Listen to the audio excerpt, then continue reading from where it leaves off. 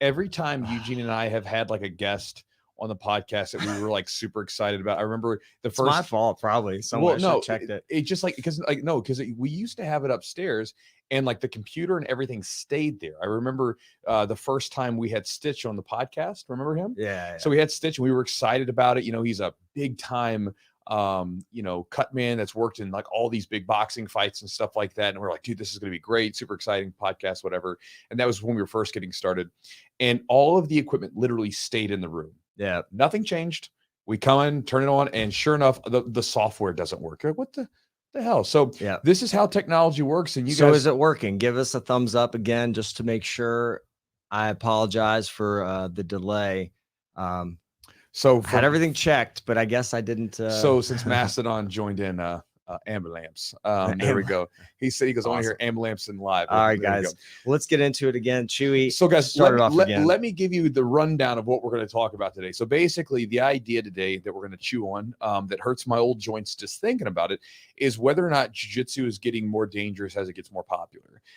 Not that it's like out of control, but this past year I've seen more submissions that have like went to like straight to like a grip and rip sort of scenario, and people have got injured from it at different levels of jiu-jitsu. I've seen more videos of that being shared and kind of floating around than I think I'm used to seeing. And so I was thinking about this, and we'll talk about it in just a second, and compare it to another grappling sport. And again, you guys can chime in with it. And then towards the end of the episode, we'll do some live Q&A, and then we'll also be giving out some different products and gifts to you guys for sticking with us.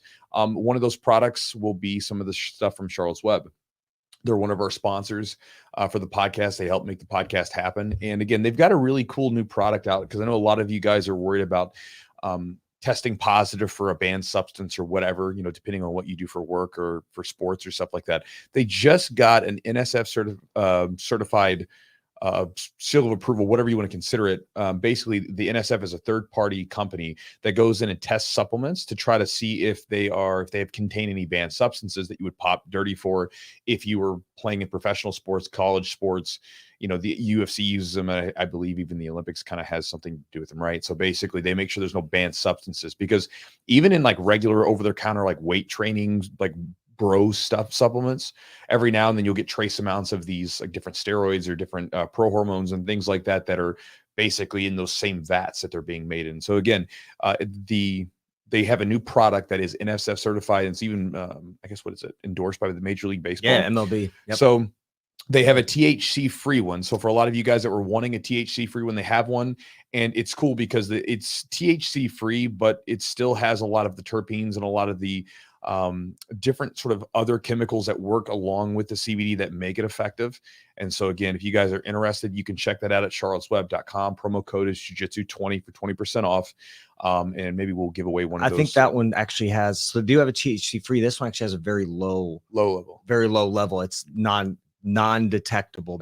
So it still has like, they get it all in the same way that they, everything. So it's got all the terpenes and everything in it, but it's got a very, very small amount, which is not traceable. But again, it's been basically tested by the NSF, and you're not going to pop dirty for having THC in your system. Yep. So that's pretty cool for a lot of you guys that I know that were like asking me about that and worried about it. Also, guys, thanks to Epic Roll. If you're looking at the shirt here, Epic Roll, I dig their stuff. If you guys are in the sort of interested in checking out some of their gear, you can go to epicrollbjj.com. And again, I encourage you to check through some of his t-shirts, shorts, rash guards. I love his shorts, love his rash guards. We'll be doing another order of another jiu-jitsu sort of version of those coming up sometime in the next year. And again, I'm a big fan of his t-shirts. A lot of times you'll see me wearing them in the YouTube videos and everything else. So check him out. He's got all kinds of different gear and stuff like that. Cool designs, high quality stuff. And again, he's been and by I keep saying Matt is the Epic Roll guy. He's a black belt in jiu-jitsu who makes jiu-jitsu gear for us, right? The jiu-jitsu people, opposed to some random person that's not involved in our community making stuff. Because that does happen.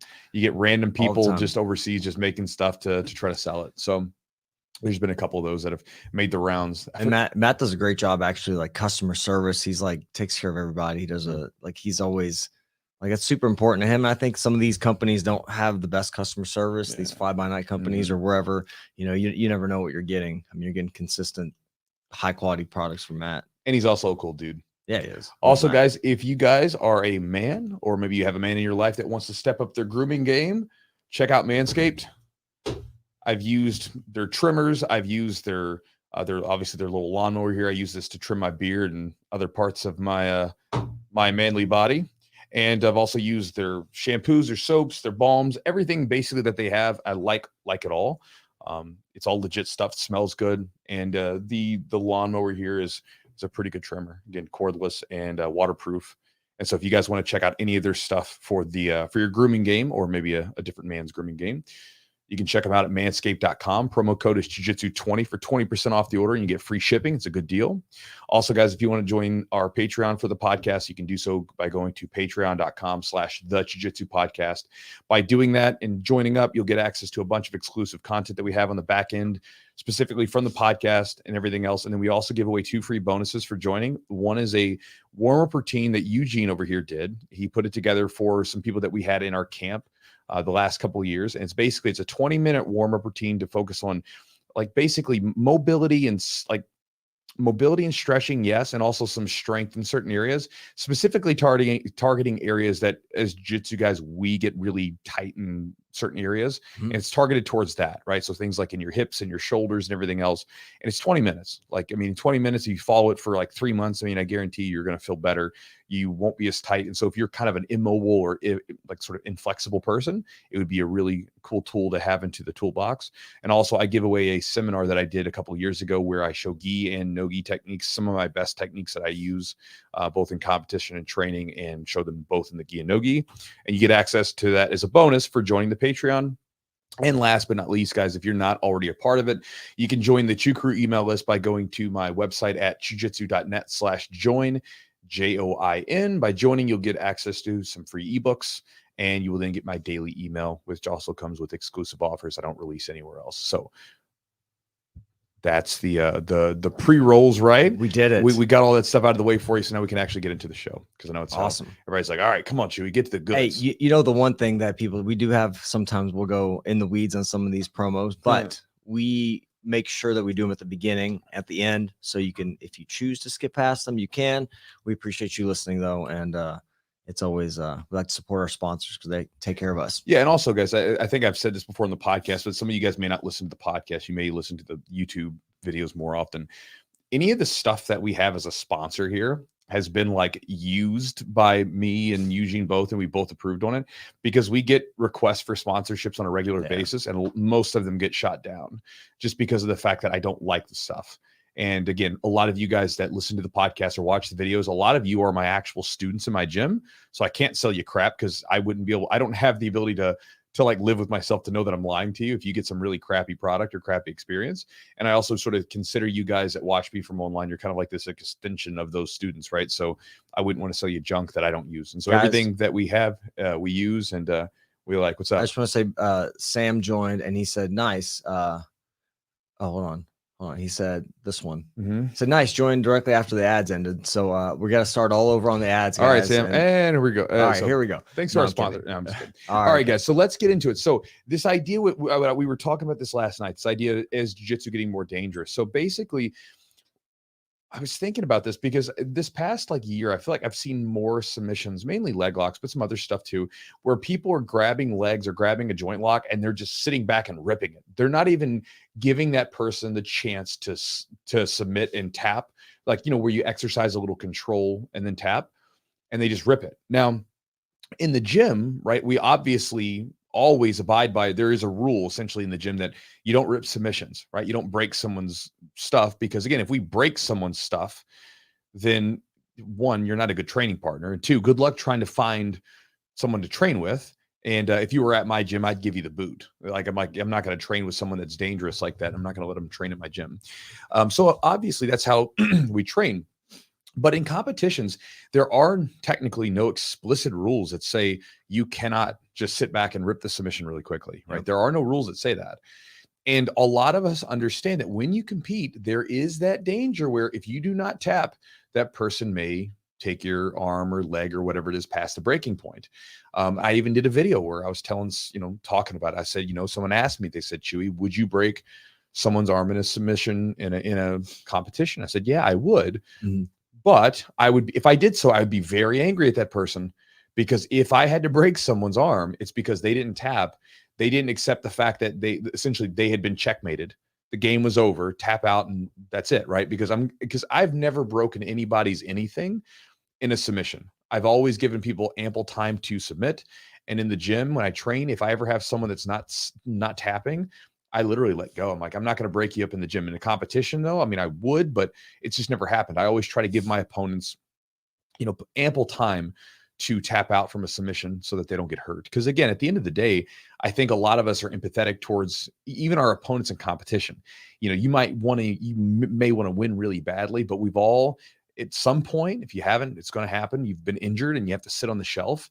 And there's literally nothing worse than like being sitting on the shelf because of an injury, right? It's the worst thing for us in jiu-jitsu as an athlete, is to have to sit down and not be able to be active and do this thing that you love, that you have grown to sort of depend on in a lot of ways. Because for a lot of us, jiu-jitsu at some point, it's sort of not about competition. It's not about anything else. It becomes almost like a sort of a therapy session for us, where we go in, we train, and we just feel good afterwards. And it kind of creates an anchor for us for our day, right? We tend to be more, happy and relaxed and everything else for the rest of our day after training. And so if we can't do that, that sucks. And so I think a lot of us, even when we're competing and we're in these really like hard moments and stuff like that, we're still mindful of that. I mean, even like in some competitions I've been in where me and opponents have like headbutted each other and stuff. And like, I don't know this guy from anyone else. Well, literally, like at some points, like, sorry about that, bro. And we continue to go and try to rip each other's head off, but it's like, hey, sorry, we kind of skirted a little bit out of the rules for a second, but I'm just checking on you, And so with that, that's kind of my thought process, is like, this is happening, is that you see people, ripping these submissions. And again, there's no rule to say it's wrong, but again, is it okay? Because we've always sort of, that's what's been happening earlier since I've started practicing jiu-jitsu. We've always operated from this sort of cultural acceptance of, you always give the person about at least a half second to tap. I mean, even watch some of the best guys at the ADC and stuff, like watch Nicky Rod when, Gordon caught him and stuff like that.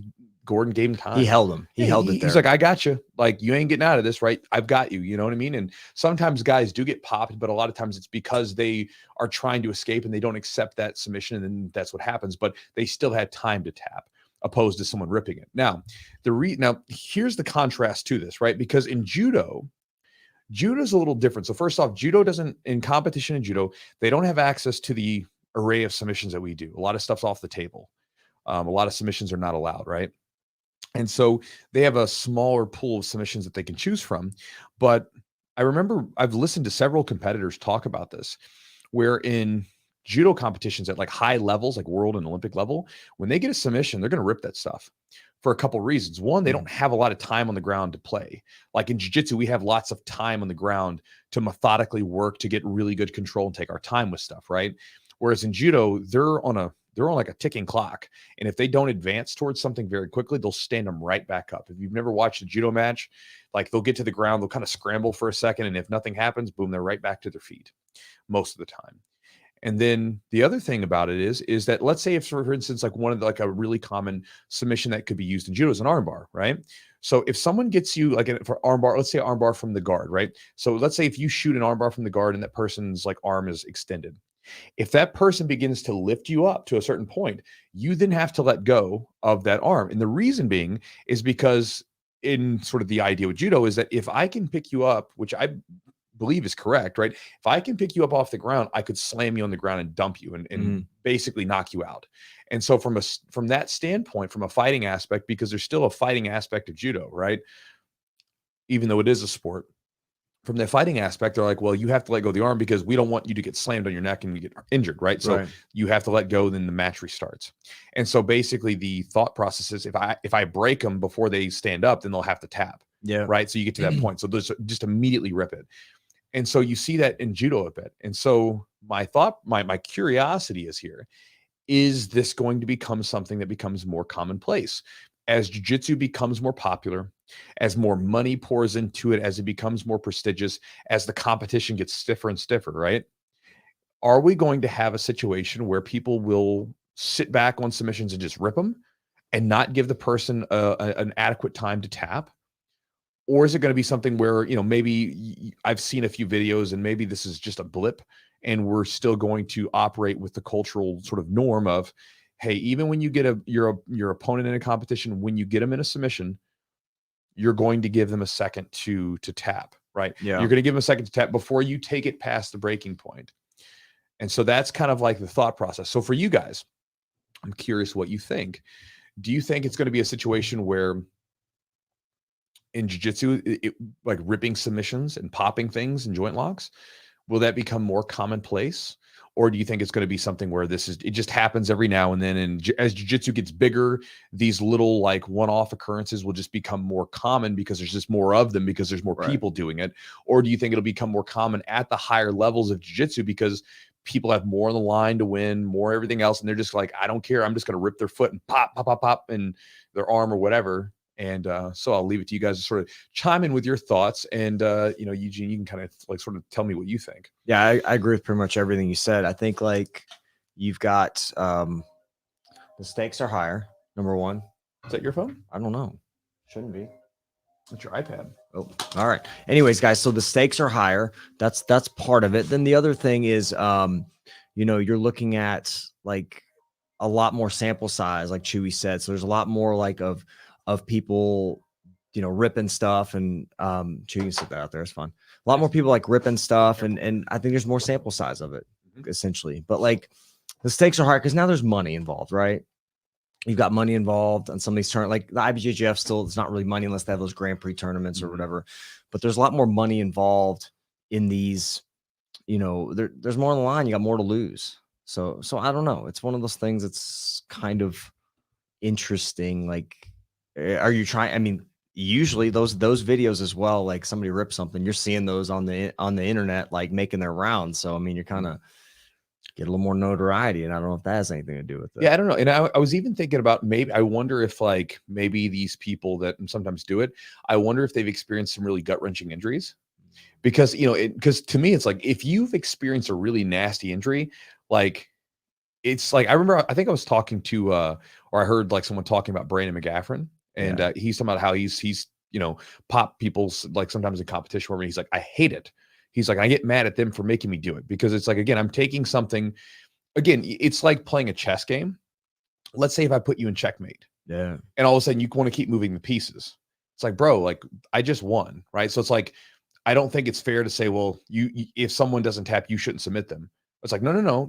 If I catch them as submission in a competition, they're supposed to stop. They're supposed to say, you got me, uncle, I'm done, right? Because then it's like, otherwise it's like, well, then if that person got away with it, then like submissions would just be like, if nobody submitted to submissions and nobody was willing to take it to that point, then we wouldn't tap, and because think of it, the whole reason why we tap is the threat of a break. The threat's got to be the threat has to be reasonable. Otherwise, we'll never tap, because we're like, oh, well, we don't have to worry about it. Do referees have this? Like, do you think? I mean, maybe at the younger, especially with kids, of course, with kids, yes. But like, do you see that there's any way that may come into play, like referees and stuff? I mean, I don't think it should, because some people can eat submissions. They're willing to, right? It's so hard, bro. Because like, for me, I have pretty, like, my arms are fairly tight, so I don't have like crazy range of motion, but I've seen guys that can bend their arms back slightly. Yeah. So, I mean, again, that's a personal thing. That's on them. I've just seen that's like, personal responsibility. It is. And then some of these kimuras and stuff, like these shoulder. I mean, those are like, some of those things are career enders. Like, you're never going to be the same. Right. And so, and then that's why I go back to that. Right. So like, I wonder if some of these people that do these submissions, have you never had a like life altering / career altering injury? Because if you haven't, let's say if you have, and you're still willing to just rip something on someone, it makes me question, maybe you're not, if you're like a sociopath, because it's like, do you have no empathy for the other person, that like, you're not giving them even a chance? And if you haven't, then it's like, well, you have you have blissful ignorance, right? Because you've never experienced it. So you're like, yeah, I'm just going to rip the submission. It's like, when you talk to, like, say, a young person, for instance, and you tell them, like, as you get older, you need to train a certain way because you're going to get injured. A lot of times it's one ear out the other, and they only really listen to the advice once they get older and they've experienced what you were talking about. Because again, it's one of those things, to hearing and to understand it, to know it's true on some level, but then once you actually feel it and you can embody that sensation or whatever that is, that's a different thing. That's really when you really learn that lesson.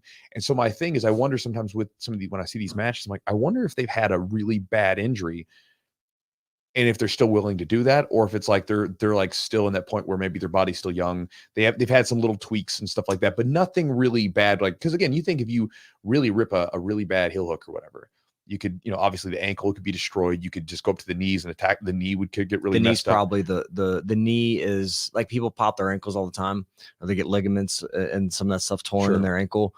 The knee's where it's at. Like if you tear your ACL, I mean, that's, for anybody out there, like the research even shows if you come back earlier than 9 months, you have a higher risk of re-injury. Yeah. And here's the other thing. When you injure one leg, the other leg gets compromised too. So now you're looking at, because you compensate 100%. So what you're having is, so they'll see a lot of people, like, I don't know the exact numbers, but like, if you have a first ACL, you have like a 20 or 30% chance like of tearing, or higher chance of tearing the other leg. And a lot of it's because you're more favorable to the other. You're using the other leg a lot more. So it's just one of those things, like those ACLs, and they're usually never as strong. Yeah. They're never as strong as your original tissue was. Yeah. It's good, it's strong, and you're probably more aware, and you do a lot more strength training around it. Better than not having one. Yeah. Oh yeah. And some people don't have them, they can train with them, but and I think it limits your game in some capacity of like what you can and can't do. Like for jiu-jitsu, I think you can get away with it in some ways. If you're not wrestling, very different. I mean, your stand-up's not going to be great. Being able to pivot and change directions, not great. Yep. And then if you have a lot more joint movement in your joint, it stresses the meniscus and the other ligaments. And so it's just something, it's just not great. And I don't know, like, I think you might be right in a couple aspects. Like you said, there's larger sample size of people, the skill level's getting higher too. And so, I don't know. I just saw one the other day, and it was like, it like stood out. It's like the dude sat back on a heel hook, ripped the heel hook. I mean, there was no point where that guy could have, like, it's like if it would have, the guy, he literally just sat back and was like, pop, and you could just see the dude like rearing up and like holding his knee afterwards. You're like, that guy didn't have a chance. It was like someone mentioned, Will Z mentioned Paharis, right? Well, Huzamar, right? Yeah, it's like, it's not a cool thing, right? It's like, bro, like, and his was even, Huzamar's was even bad sometimes, because he would, like, people would be tapping, not letting go, and he would continue to submit them. Like, bro, like, because I remember there was that one match where it was like, it was really bad, where the guy was tapping and he's just ripping it still. And it's like, that's pretty bad. Cause then it's like, not only are you ripping the submission, but now you're not even respecting the person saying, I don't want to do this. I'm done. Yeah. Like, you beat me. I think in some ways, is it worse than like in MMA when somebody gets knocked out cold and you go in and they're knocked out and you hit them again? Is that the same thing? Is it in some way similar? I don't think so, because I think sometimes, like in a fight, if you've ever like fought in an MMA fight and dropped someone and had someone fall down, and like, you don't necessarily know that they're out yet, because again, it's happening so fast. Yeah. On TV, it looks like things are happening and they look so smooth and slow, but when you're in those moments, it's really fast. I remember like punching guys and doing stuff. And things are happening so fast. And when you go back and look at it from a TV standpoint, it doesn't look that fast, but then when you're in it, it's all happening so quickly. And so, a lot of times people are they're amped up. They're like, oh, I gotta finish this guy. Yeah. So this fight's over. Because again, if you've ever fought MMA, it's a brutal thing. And you're like, when you win an MMA fight, it's not like a excitement and joy. It's like, oh God, finally it's over. All this, like all this stress that's on you, it's gone, it's done with, and you came out victorious. It's a good feeling. And so you're fighting to make sure that's over. And how many fights have you seen someone drop and they pop back up? Yeah, exactly. So you're trying to end it. To me, when a person's like saying, like, when they're tapping and you continue to attack, that tells me something, like something's mentally off about you. Yeah, I think like it, and maybe the reason, for example, like a heel hook or things like that, people are so good at slipping their heels out and stuff. So once you get it, you got to go for it, or otherwise they're going to start defending right away. And that also says that your control's not so great. Yeah, because again, at the end of the day, it's like, if you've got the control, you can apply it at whatever speed you want. Again, you look at the best people in the world, and those guys have the ability to do that. Yeah. But there are submissions that, again, like certain locks on the leg and stuff like that, where they're fast and they have to be quick, even like wrist locks and stuff like that, where it can be difficult because you have a little bit less control. Yeah, I think Steam lock's probably one of those. Steam locks can be that way. It can be. You get it because that person can rotate and stuff like that. So it's gnarly. So, but it's just one of those things. I was just thinking about that because I saw that that thing, and the guy got up and was like, won the match and stuff like that. I was like, man, that sucks. Like if I pop someone's stuff, like, I've never intentionally popped anything, and I've had guys get injured and stuff on accident. I'm like, man, this sucks. Because at the end of the day, I want to win, but I don't want you to like have to sit on the shelf after our competition because I went and ripped anything. Yeah, and you don't think that people do that in practice? Otherwise, like you said, they're not going to have they're not going to have training partners. No training partners. You're not going to do that, so you're probably not someone that does that in practice. And usually, sometimes there are guys that do that, and they end up having to gym hop, like because they can't. Because every time they go to a gym, they get kicked out because their training practice. Because there are all those guys. Yeah, but I mean, you get like Pahar. I don't know if anybody wanted to train with him. I don't know if anybody would. Maybe he's a really nice training partner. Maybe, maybe just some crazy competition. I didn't meet him, but we were like at 4th Street, like where they had fights. Maybe it was Bellator or something, and we went to dinner afterwards, and they were sitting there, him and a bunch of guys. He fought here in Louisville. He did. Maybe it was a UFC. It was 2011. He fought here in Louisville. I remember I was sitting he was sitting like at a table across from us. And bro, he's short and he's as wide as a house. Dude, he's so wide. Tank. Yeah. He's a scary looking dude. I mean, but I don't know with all that stuff. I think the prevalence of social media and techniques and stuff being posted all the time. Like, I think that maybe that makes it more prominent or appear more prominent than it is. What's that? The injuries. Well, yeah, and like I said, it's not like it's so crazy, but I'm just wondering because again, like when you look at like judo and those kinds of things, as the sports got bigger, it's like guys are just ripping submissions, and it made me wonder. Like, I wonder if like you're going to see more and more of that where guys get caught in a submission, they don't even have a chance to tap because people are willing to just take it past the breaking point right out of the gate. Yeah. You know, and so that was just my thought. And again, I have no answer to it. It's more of just an idea that we were talking about last night that sort of created an interesting conversation with me and some of the students. And so I figured we would throw it out here for a podcast, being that, podcast is essentially a conversation. And since we were doing a live podcast, I figured it would make for a good conversation back between all of us to just continue the conversation between us.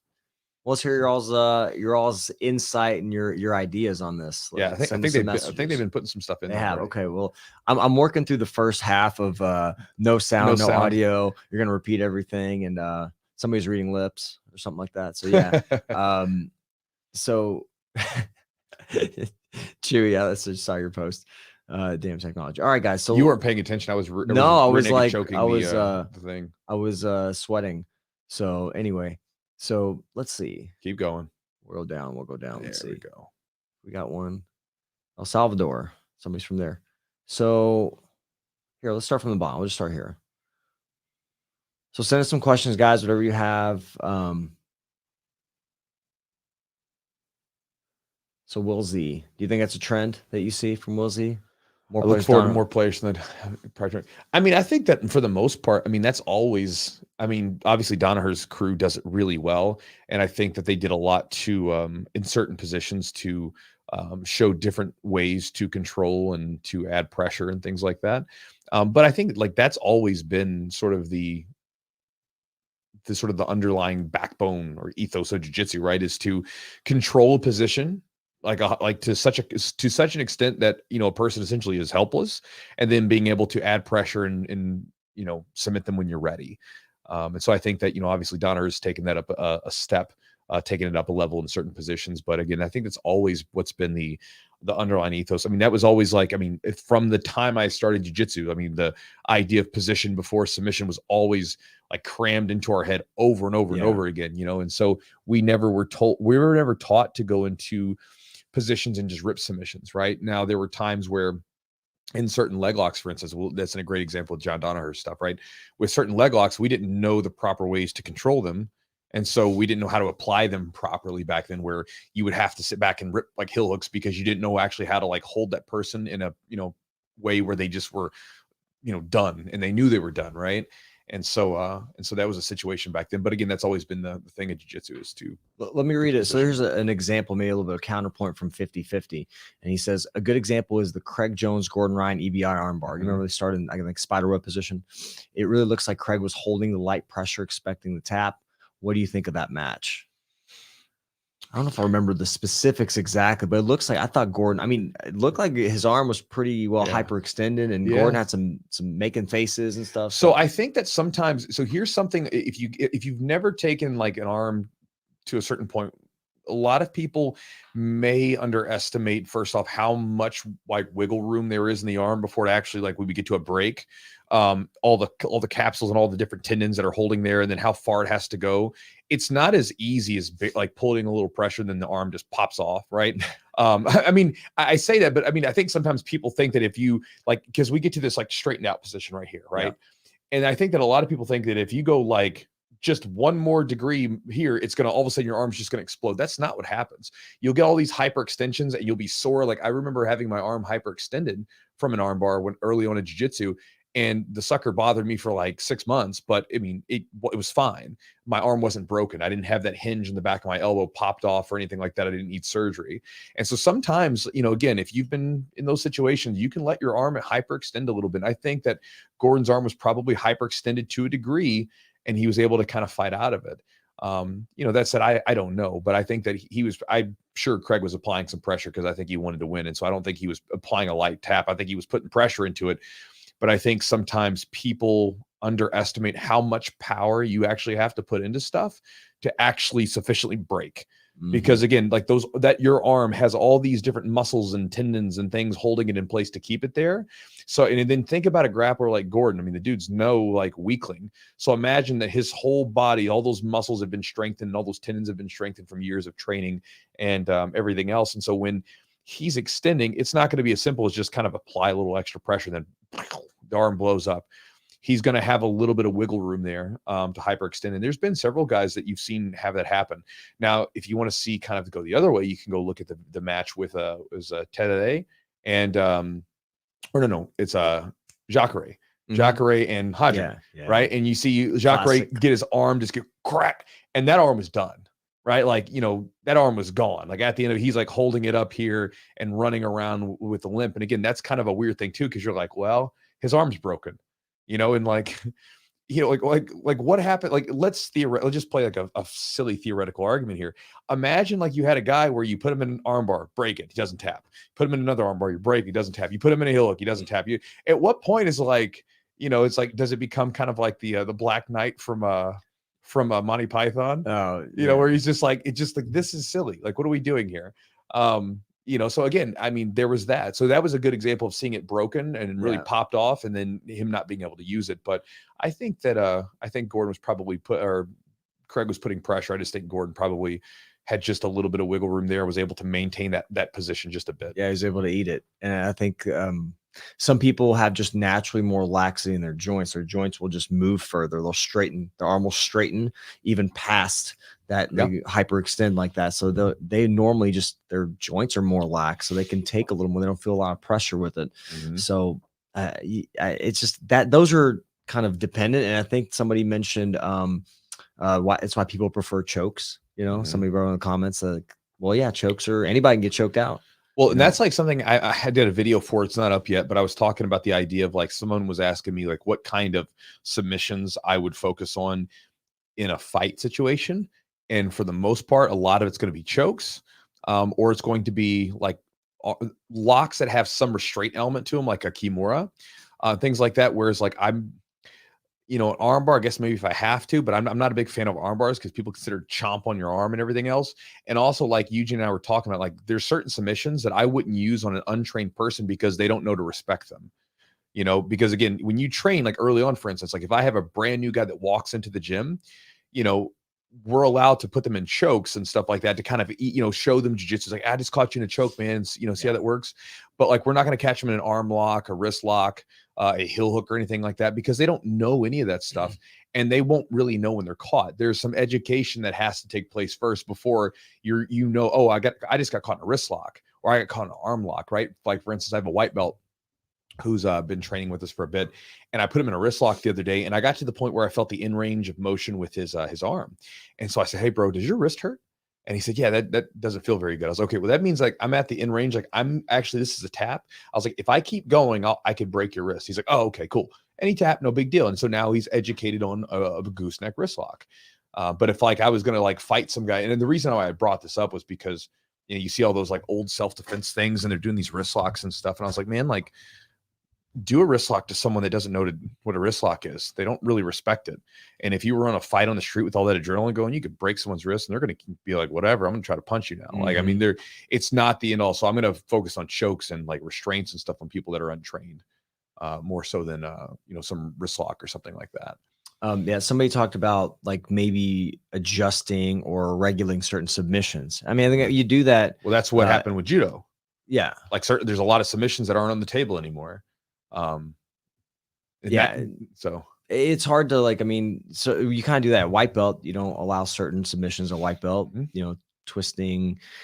But again, I think, Kimuras are allowed for most belts and Americanas, and those are kind of twisting submissions. Super dangerous. Yeah, they are. Because you can tear somebody's rotator cuff, which is, just as devastating in some instances as we're just more used to those, but those are more normalized, well-known than leg locks. So I don't know. Like, I think that, that's just some of the stuff that you'll deal with. Let me see if there was one that it's the roids that make it dangerous. Somebody put this. I mean, I think, people being powerful and strong. I mean, of course, how it has a role in it. I mean, I think I'm training a B team and they're all on roids. I don't want to do it, but I want to be the best. What do I do? Oh God, man. Yeah. So here's this one. We talked about that too. People getting exposure from it. Is that something that, let's hear from William Vacurano. Yeah.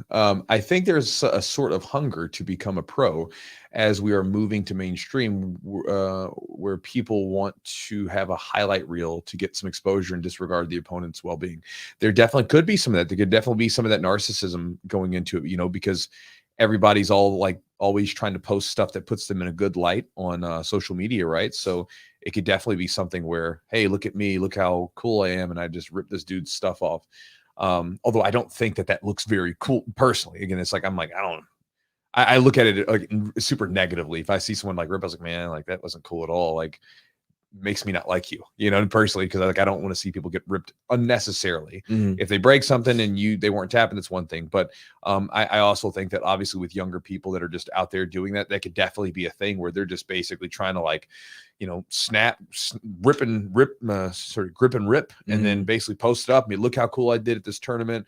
I just snatched it up and just ripped that submission off and, took a sub, got the money, everything else. And there could be a bit of that too. I think you feel more invincible as a young person. Like nothing can hurt you. And so I think you're willing to get in that firefight and that stuff to happen. Well, you have the arrogance of ignorance. Right? Because you can be arrogant about it because you're ignorant towards it, right? Like, again, the minute you have experience with something, it changes very quickly, so it's like when you do jiu-jitsu, right? Everybody comes in and they think they're going to be this or that. Not everybody, but a lot of people think they're going to be a certain level, and then they come in and they're like, whoa, I suck at this. You came in arrogant because you were ignorant towards it. And so some people, I think, can be arrogant with like the way that they treat other people's bodies, because they're like, I'm like, my body's great, man. I'm like 22 years old, whatever. And then as soon as something happens to you, like, oh, I am human. I am mortal. So, well, and you don't realize that you have to really watch that stuff as a young person, because the cumulative damage, adds up. By the way, when are we going to give away the gifts? We can do now. Well, I'm saying, like, should we be giving away the gifts for some of the comments or something? Yeah, let's do it. So I didn't even think about it. Yeah, because I know we forgot about it. So we'll answer some more, but what are we going to give away today? So we're going to give a couple tinctures of the sports CBD. Okay. I'll give away a product, like a rehab product from my website, jujitsutherapist.com. So I'll give away a product. And then what you got, Chewy? So here's what I totally forgot about. I know. Here's what we got, guys. Here's what we got on the table today. We got 2 tinctures of CBD. We've got a rehab product that Eugene has, like some courses. I'll give away a couple courses. So Eugene's going to give away 2 of his courses to you. Yeah, and they can just choose whichever. They can get on the website and choose. I have 2 books that I'll give away. I've got like my little Survive book. Usually I give away as a bonus with some of my products. You can't buy them anywhere, but I'll give them to you as a gift. I have 2 journals to give away. 2 journals. I created the journal. It's a jiu-jitsu training journal, and has all kinds of prompts and stuff like that you can use. Basically, I took all the different sort of prompts and styles of journals that I like and put it into one. And then I'll give away 2 courses. And I'll let you guys have some choice there, depending on what you want. And so when we answer one of your questions as we go through it, or we pop you up, we'll give you a choice. And so, William, we'll do William. William, let us know what you want in the comments below, and we'll hook you up later on. So actually, yeah. So let us know in the comments. Actually, let's not do that, because then we'll have to go through back and forth. Why don't we do one of the CBDs? So we'll start with that. So William, if CBD is legal in your country, let us know, because it's not legal everywhere. If not, we'll give you something else. But if CBD is legal in your country, then just shoot us a message, Instagram, email, whatever, and then we'll get with you about sending those over. If it's not legal in your country, just put a comment down below. And why don't you guys send a message to the Chewjitsu Podcast at gmail.com. I'll put that up there. Yeah, I'll put it up there. Okay. I think that'll be perfect. And I'll send everything to Chewy. That'll be good. Yeah. Send it to the Chewjitsu Podcast email that Eugene's going to put up in the chat, and then that'll probably be the best way. Yep. Let's do another one, Chewy. Right. How about this one? You right pick here? one. That might be an interesting one. So from Anjum Pervez says, I have my first ever tournament next week. Do you have any advice? Yes, I'm blind. So man, with the first competition, this is kind of always the same thing. It's really just about getting out there and doing it. You have to get out there and do it, because people can tell you about it. We can give you advice. We can do all that stuff. But until you actually get out there and experience it for yourself, you're not going to know, man. You're just not going to know what it's like. It's a different feeling. It's just like what we're talking about here. It's one thing to talk about it. It's one thing to discuss it or train for it or deal with it, whatever. It's another thing to actually have it happen to you. And so when you go into a competition, your first one is just to do your best. Now, that said, my big encouragement to you would be to really focus on your game plan. What are you going to do when that match starts? One of the things that happens a lot of times with people early on is they freeze up, they kind of lock up. So you definitely want to make sure that you're putting a lot of focus on when you're getting ready to compete, what's your opening move going to be? Are you going to go for a single leg takedown, a guard pull to a sweep of some sort? What are you going to do when the match starts? Because that's really important, because a lot of times what will happen is someone can be very tense and very tight. And then as soon as they get the match going, all of a sudden, boom, they open up. And, because they're doing jiu-jitsu at that point. But a lot of times they'll lock up and they will be gun shy about going for something because they're thinking too much. So as soon as you can kind of get the jiu-jitsu happening, a lot of times you get your brain to turn off, and then you can just go to rolling. And again, whether you win or lose is kind of, it matter. It doesn't really matter. It's your white belt tournament. When you're a black belt and you're still competing at black belt or whatever, you're not really going to care too much about your first white belt tournament that much. But it's important that you do it so you can understand what you're training for. And then a lot of times that'll make you better in the long run. Okay. So William said it's not legal. So you want to give him a journal for William? So William, do this, and I will send you a course. One of my courses. So send up an email with your info, and we'll send you a course. We'll add it to your email. Right. So just send us your email and let us know what email you would like us to add it to, and then we'll send you a course. Got it. Yep. So and then Anjum. Yep. Anjum Pervez, let us know. Anjum, let us know if you would like either a CBD or a CBD tincture, if it's legal, or I can give you a course. Those are your choices. Yep. And just if you win, just send us an email at thechewjitsupodcast@gmail.com. Just send us one there. Right, let me pick one out now. All right, go ahead, Chewy. So let's see. I'm going to scroll. Actually, I'll just look at your scrolling. Okay.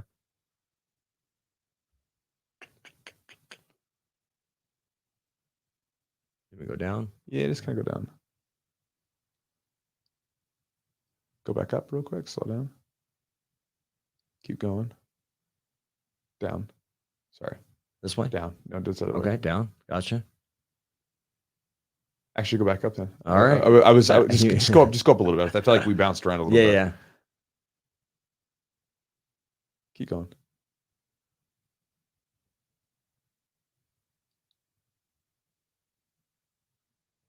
I think we went through some of those. Just pick one out if you see one. All right. I think I'm gonna go through the things here. Yeah, go for it. I'm gonna see. So somebody asked, I don't know who it was. Let me look. Mm-hmm. Okay, so this one's about rule changes. We'll see. So this is from Joe Nielsen. He says, are there other rule changes that are important to safety, similar to the ban on jumping guard. Now, I don't know if is that banned? It's banned at white belt. White belt. Okay. Yeah. Some tournaments will ban it, but it's banned at white belt. And some what are those? Like some of the regional tournaments, they allow do they allow reaping? Some of those depends. Honestly, here's my thing. I think a ban on guard jumping is a good one. I think that doing the leg scissoring, the jumping leg scissor takedown, that's a good one to ban. The reaping, I never understood why it was illegal. Why it was made illegal. Because back when I was a white belt, we didn't know what the term reaping was. It wasn't a thing. It was if someone puts their their foot in like this, you grab their foot and you remove it. You begin to fight that in some way. And then around purple belt, it became reaping. And it was all of a sudden it was a big deal. I never understood. I remember going to my the first tournament as I went to a tournament as a purple belt, and they said no reaping. And I had to raise my hand because I was I don't know what that is. What is reaping? Can you show me that? And so it's hard to say what other changes could be made to provide more safety. Because again, in the end, you're doing a sport that has the potential for, not safe things to happen, right? For injuries to happen and things like that. But you still want to make sure that there's a bit of safety going on. And I think that a lot of times, as far as jiu-jitsu goes, most of the time, tournaments and stuff like that are relatively safe. I think that the stuff that you can do the most for safety purposes, to be honest, one thing that would be really important is to properly train takedowns. That really has nothing to do with rules.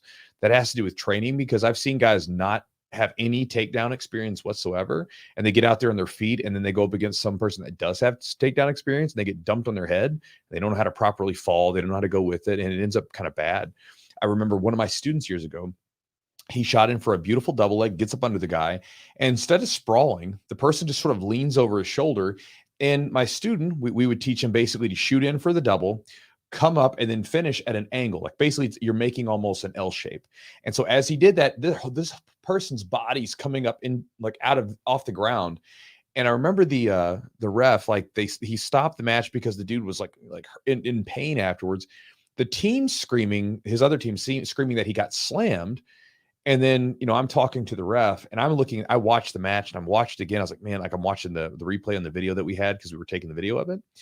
And, I came up to the ref, and I knew the ref. I said, hey, Rob, listen, I'm just going to say this with you. I'll respect whatever you decide whatever call you make, but his knees came down with his body. That would have been a legal slam in high school wrestling. I was like, the guy just doesn't know how to sprawl. I mean, it sucks. I'm not happy that the person's injured, but he doesn't know what he's doing. And so I think that, and even with training purposes, right? I was talking to someone else, we've had less injuries with leg locks after we train them more. Yeah. Right. It's so it's one of those things where people will sometimes categorize things as safe or unsafe or whatever. But I think a lot of times it comes down to their experience in training with them and actually knowing how to work with them. These are tools, these are weapons.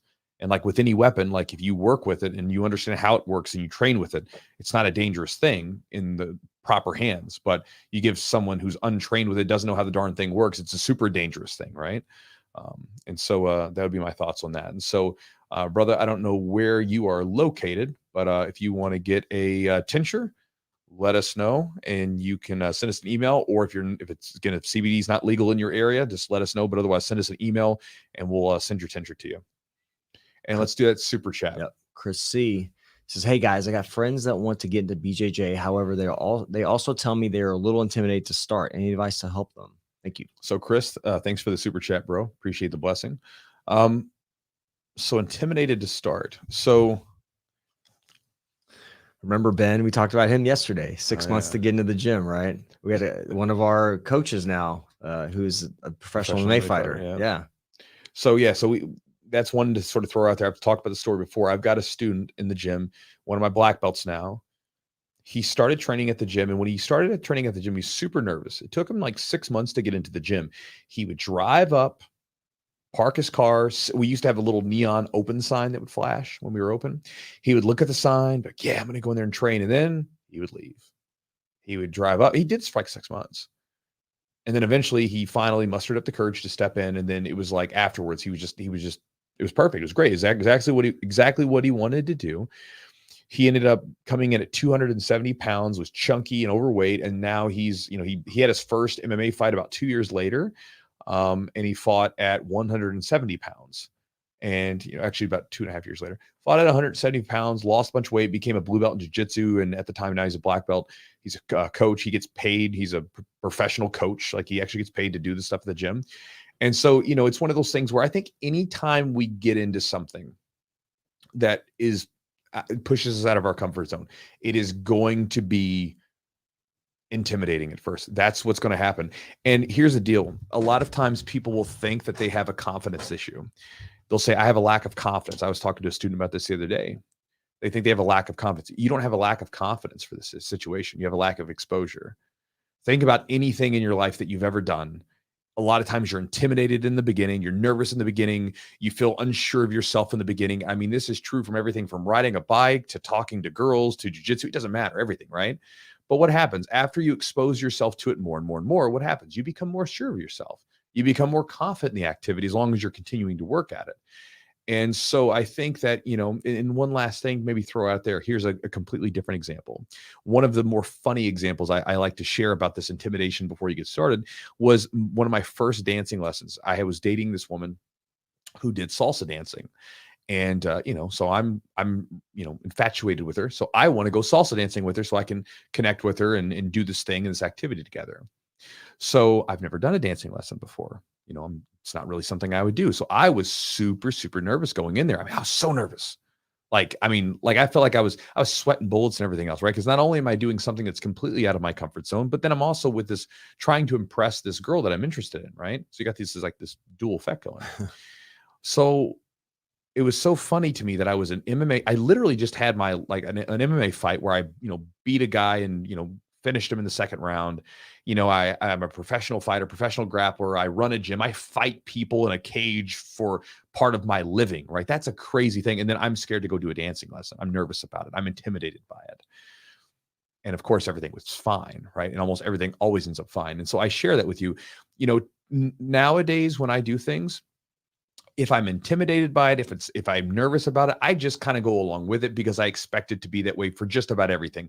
Like I started riding horses recently and getting up onto like a 1,200 pound giant mound of muscle that can sprint off at 30 plus miles an hour. That's intimidating.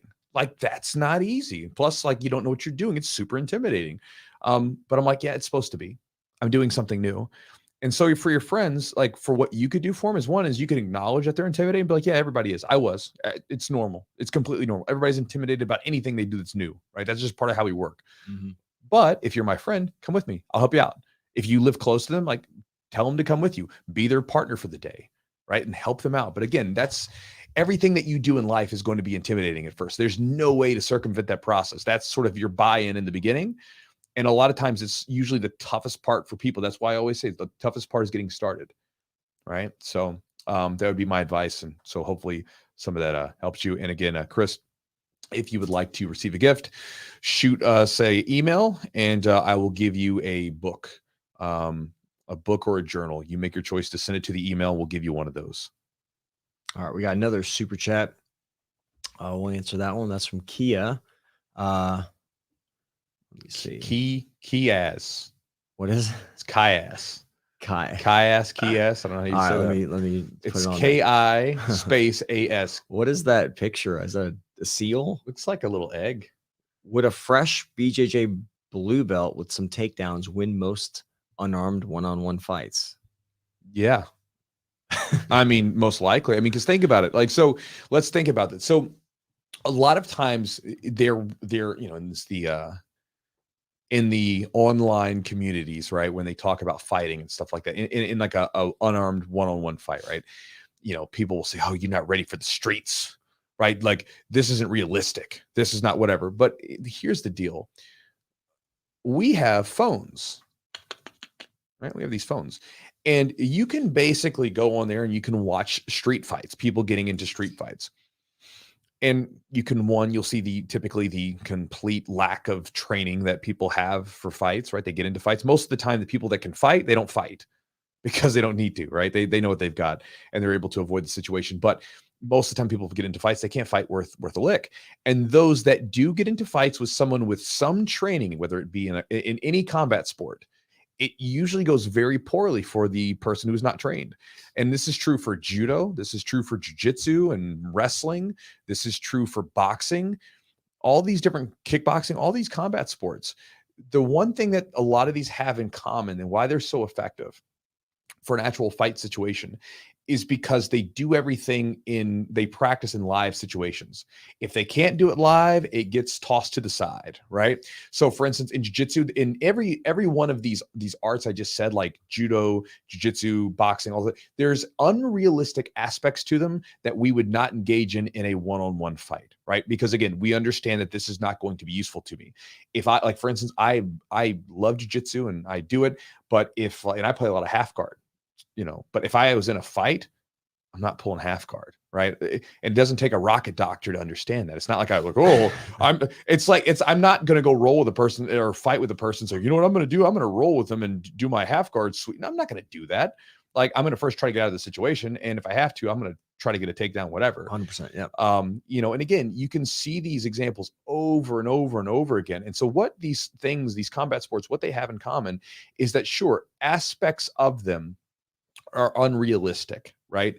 But what you're doing is you're training a sport that has a martial element nestled inside of it, right? When you take the basics, like for instance, I was actually talking to a guy that I'm going to be doing horse lessons with coming up. He's also he was like a world level judo player.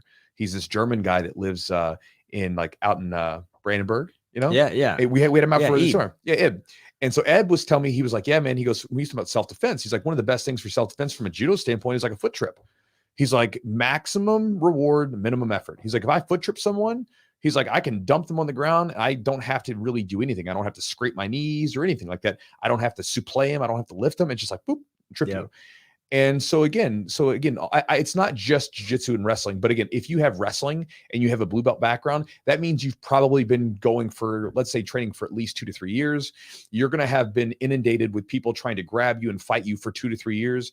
You are 100% going to be adequately prepared with takedowns and things like that to do some sort of fight. Now, if it's an untrained person, unarmed person, if the person has a little bit of skill, then things change, right? Especially if the person can pop you, if they know how to box or something like that. But even then, I've had my students, I've done this before where I've had boxers. I did this with the guys a couple years ago. I brought a couple of the boxers over, had them put gloves on, and I had some of my jiu-jitsu guys who have no striking. I gave them a little bit of a quick on-ramp of how to block punches. And I was like, all right, guys, take them down. And the boxers were just trying to stay away from him and punch him. Yeah. And again, they weren't able to just stop the takedowns because they weren't used to the engaging that way. And so again, to go back to it, the answer is yes. I'm giving you a long-winded answer, but I feel like you deserve a long-winded answer. You gave me $10. So I appreciate the blessing. And so I want to make sure you get a little bit of something to chew on, a little idea. But with all those sports, all the combat sports, people will say, oh, they're not realistic, right? But what's very 100% real is being engaged in a one-on-one struggle with someone, with people who are actually using their strength, their speed, their athleticism, their energy to try to get you to. What's not realistic is practicing realistic situations in unrealistic ways. Like when you think about people they'll practice these realistic scenarios, but then everything's done at a really slow pace. There's no stress. Your heartbeat's not thumping. All that's not realistic at all. If you go to a competition, sure, there's not a lot of this stuff's not realistic, but you know what is realistic? In a jiu-jitsu competition, having someone come at you 100% and try to choke you, to try to rip you off, try to throw you to the ground, everything else, that's very realistic. And that will prepare you for a situation where if you get into a fight and a human being is coming at you 100%, that will give you a better grip on how to deal with that, opposed to if you practice all these realistic scenarios in very slow, controlled situations, and then all of a sudden one day you got to go out there and you have someone coming at you 100%, your body will be in shock. So just an idea. Oh yeah, Dale Brown. Yeah, old Dusty Dale. Dusty Dale. Yeah, what about him? He's hey, all that stuff sucks. That guy's dangerous. It's like one of those things where, again, I mean, maybe there's something to it, but when you look a lot of that stuff, I'm looking at it, I'm like, man, I want to see that done on someone live. I'm like, because there's one where he was just kicking his little foot and the guy fell over. I'm like, who's going to do that? Who falls over like that? Has anybody like, and I see people like saying, this is great. I'm like, have any of you ever been in a fight? Have you ever seen a fight happen in real life? Like this would not work. Yeah. I'm like, it's like one of those things where remember they did the Dimmock stuff. They went to the jiu-jitsu school. And they did the Dimmock. It's like, don't do that. Like same thing. Go do a jiu-jitsu gym and just like let them come at you live and then try it. It ain't gonna work. Or do like the gun and he just goes to the side. Yeah, I was like, oh, you're gonna. And by the way, for the person that just did the super chat, kiosk.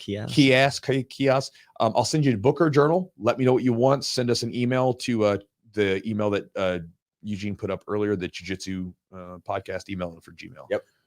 The Chewjitsu Podcast at gmail.com. So, all right, we got one from Southern Discomfort. Chewy. Well, I already know the answer to this one. Mm-hmm. How do you feel about a white belt using the truck and the submissions within it in competition? How do you think I'm going to answer that? Well, first of all, that's one of the positions that's one of your go-tos. Now, my question, I guess, for clarification is submissions within that. Are you talking about like controlling one of the legs, like I guess I have like call it crotch ripper? Crotch ripper, yeah. There's the crotch ripper, the vaporizer. Yeah, a calf slicer. You use it to take the back, but I think so. There's a lot of submissions from there. Here's my deal with white belts doing submissions. I really like, for instance, in the gym, the only real restriction that I'm doing with them is like at the gym right now is I'm starting to put no heel hooks for white belts unless they're doing a class that specifically worked on heel hooks. Because then everybody knows that, hey, heel hooks is going to be this thing we're working on today. So during some situational rolling, it's okay. They can work on it because I want them to have some control of it. But with a submission, I really don't have too many like qualms about teaching white belts everything, right? I want them to know as much as possible. And so whether they're doing wrist locks, whether they're doing a knee slicer or a calf slicer from the position, I'm okay with it as long as they understand the controls and how much pressure should be applied and everything else. And so, our white belts at the gym, first off, my white belts tend to be white belts for a while. I don't allow them to, if you get a blue belt under me, you've been training with me for a bit. I do that on purpose because I want them to have some time to spin at that belt before we move them on. Because I want them to be a good blue belt. I want them to be secure in that position once they get it. But I don't care. So if a white belt was using a truck or whatever, I'm fine with it. In competition, it may not be the best thing because obviously a lot of submissions for white belts are going to be limited. So in training, I'm okay with it. And in competition, I'm going to be like, obviously they couldn't do it. If the tournament was like, here's the other, maybe the way you're phrasing this. If I had a tournament, let's say, okay, if I had a tournament, would I allow white belts to have access to those submissions? And the answer is probably no. And the reason why is like, I don't mind training, but competition is a different amped up level that people get to. And I would be worried about the possible issues that could happen. In training, things can be a little bit more controlled. And the reason why I say this, I remember there was a tournament that happened back when I was a white belt, right? Or I was a fresh blue belt. It was up in Ohio, and the Ohio tournament, basically there was no restrictions for white belts. Heel hooks were legal. And it was and again, this is 2004. So it wasn't like people were using heel hooks that much, but a lot of MMA guys would use them. And again, the sort of the thought on those were is that you didn't have a lot of control. So you got to sit back and you got to rip them. Right. And people's defense wasn't very good with them either. So, it was, especially these white belts, these are new people. So they were sitting back on heel hooks and just ripping. And you just saw, I felt like, man, like there's some orthopedic surgeon that was just, watching the money roll in that day, yeah. It was crazy. So I wouldn't allow, I think it's a good thing to limit white belt submissions a bit, because I think that, again, it's one of those things where you get in there and let's say if you have a really well-trained white belt who gets in there and maybe they have control, but then you have other white belts that don't have control or are very inexperienced about certain positions, I wouldn't want them to get hurt. So I think it's good to limit submissions to a certain degree at some of the belt levels to make sure that you're sort of just keeping the playing field as safe as possible, because again, there's going to be differences in the way that people train in their experience levels. So again, thank you for the super chat. And if you would like it's from Southern Discomfort. Southern Discomfort. That's fun. We'll give away I'll give away another book or journal. Send us an email and we'll hook you up. All right. So we've given away something to Anjum, Joe, Nielsen, Chris C, Kiaz, and then Southern Discomfort. Okay. So next one, we'll give out a rehab course. All right. So I'm gonna we got another super chat. Let's answer that one. Okay. But there was a good injury question that I want to get to from Mike. I'm gonna answer that with him. But this is from Kada Gersoy. Let's show it. Coda. Sorry, Coda. My bad. Coda. Hi, I'm a small 18-year-old purple belt, 5'4", 110 pounds, having trouble with most takedowns. Is there a type of takedown that might help, or do I need to get bigger? That's a good question. That's going to depend on how big the people are that you're rolling with. You know, if you're going with so here's an example. If you're going with people that are like 200 pounds, I'm probably going to tell you to pull guard. I mean, like maybe you can go for a takedown, but again, there's a certain point where simply the size difference is just going to be too much. You know what I mean? It's like, unless you're like some really, really good wrestler and you can negate that with technique a little bit to some degree, there's going to be a point where you're just going to have to accept the physical limitations and play guard and be a really badass guard player. And you can be a little bit more effective that way. But there are takedowns that don't require a ton of size.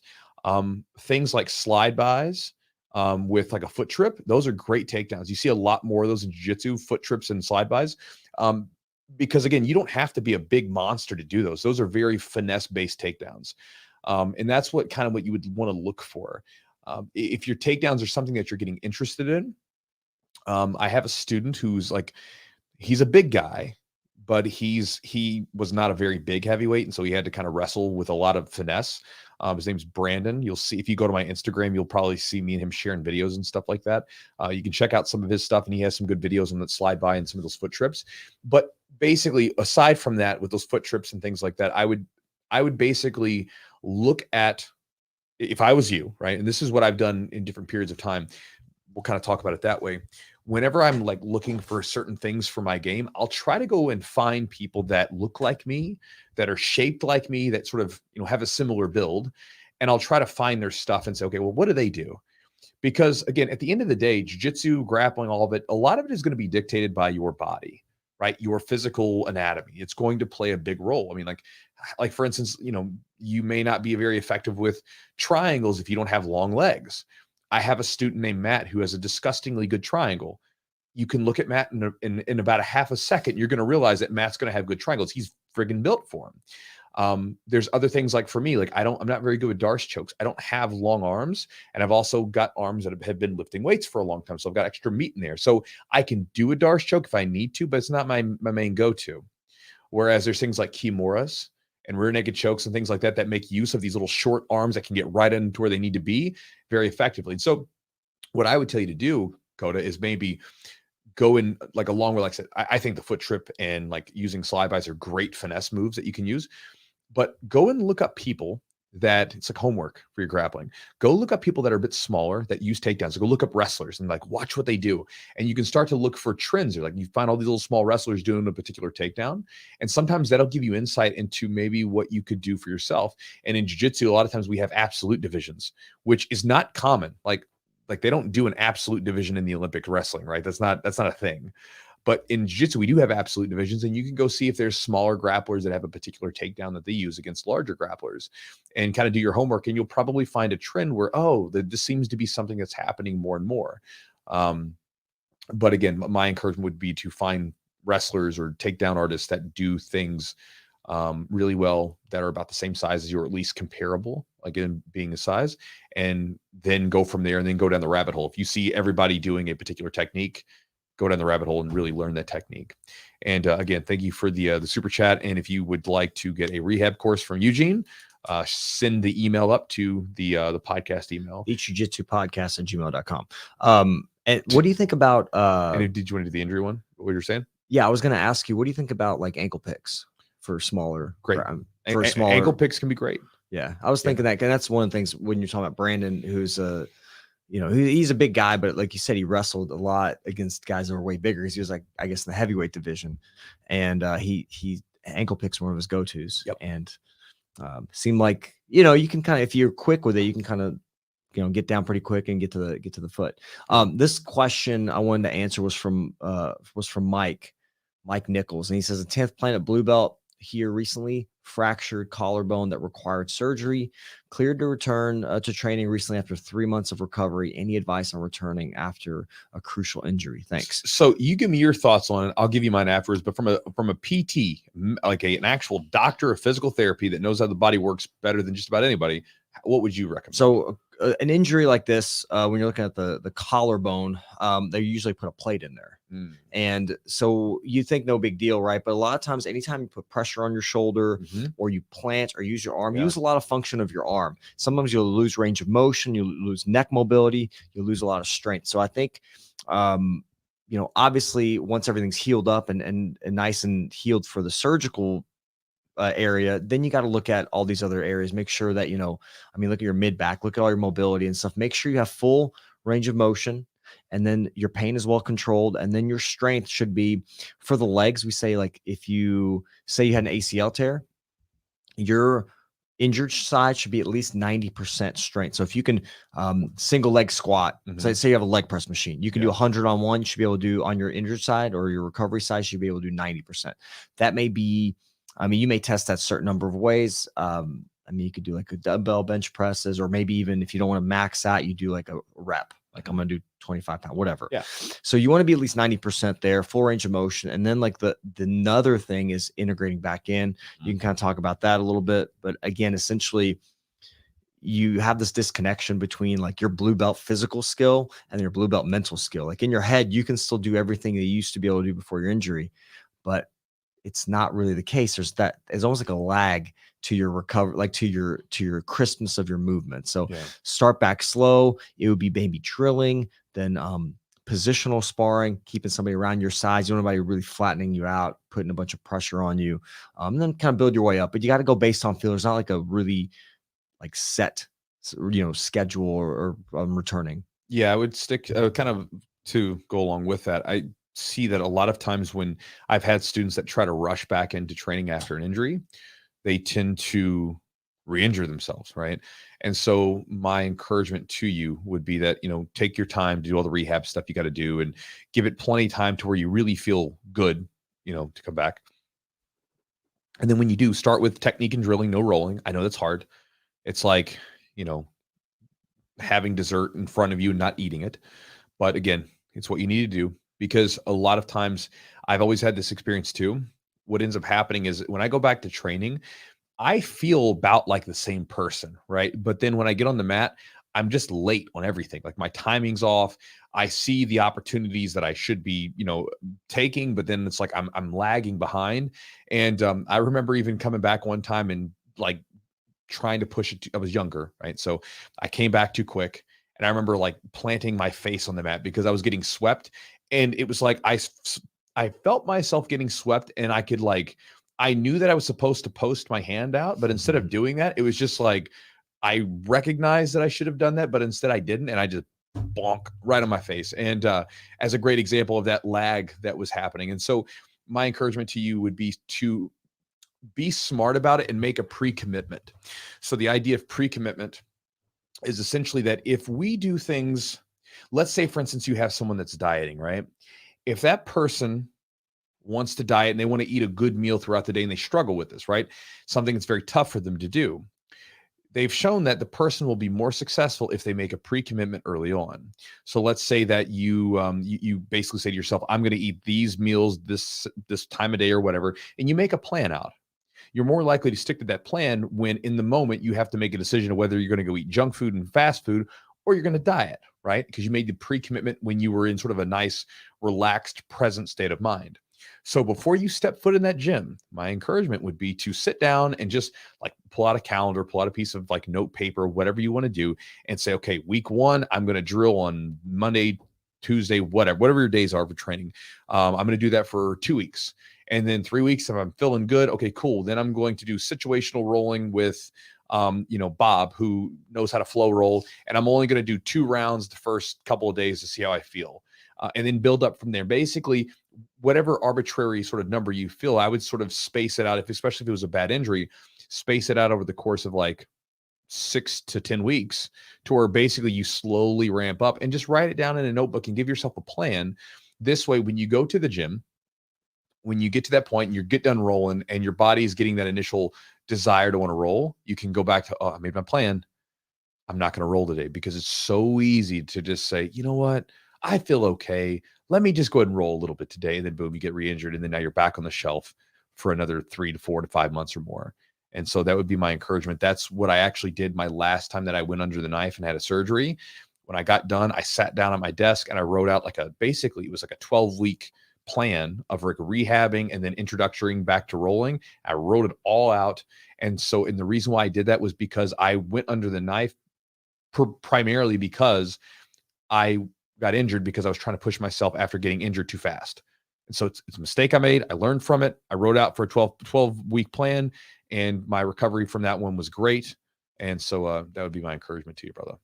All right. And again, if you want to get the rehab, which could be helpful to you, rehab course, send us an email and Eugene will hook you up. Yeah, just check you. I'll let you know kind of what course I have. You can kind of pick something out there. Here's a good one, Chewy, from Ambitious Hacks. So what workouts do you recommend to do to enhance your cardio and fitness with BJJ? Jiu-jitsu.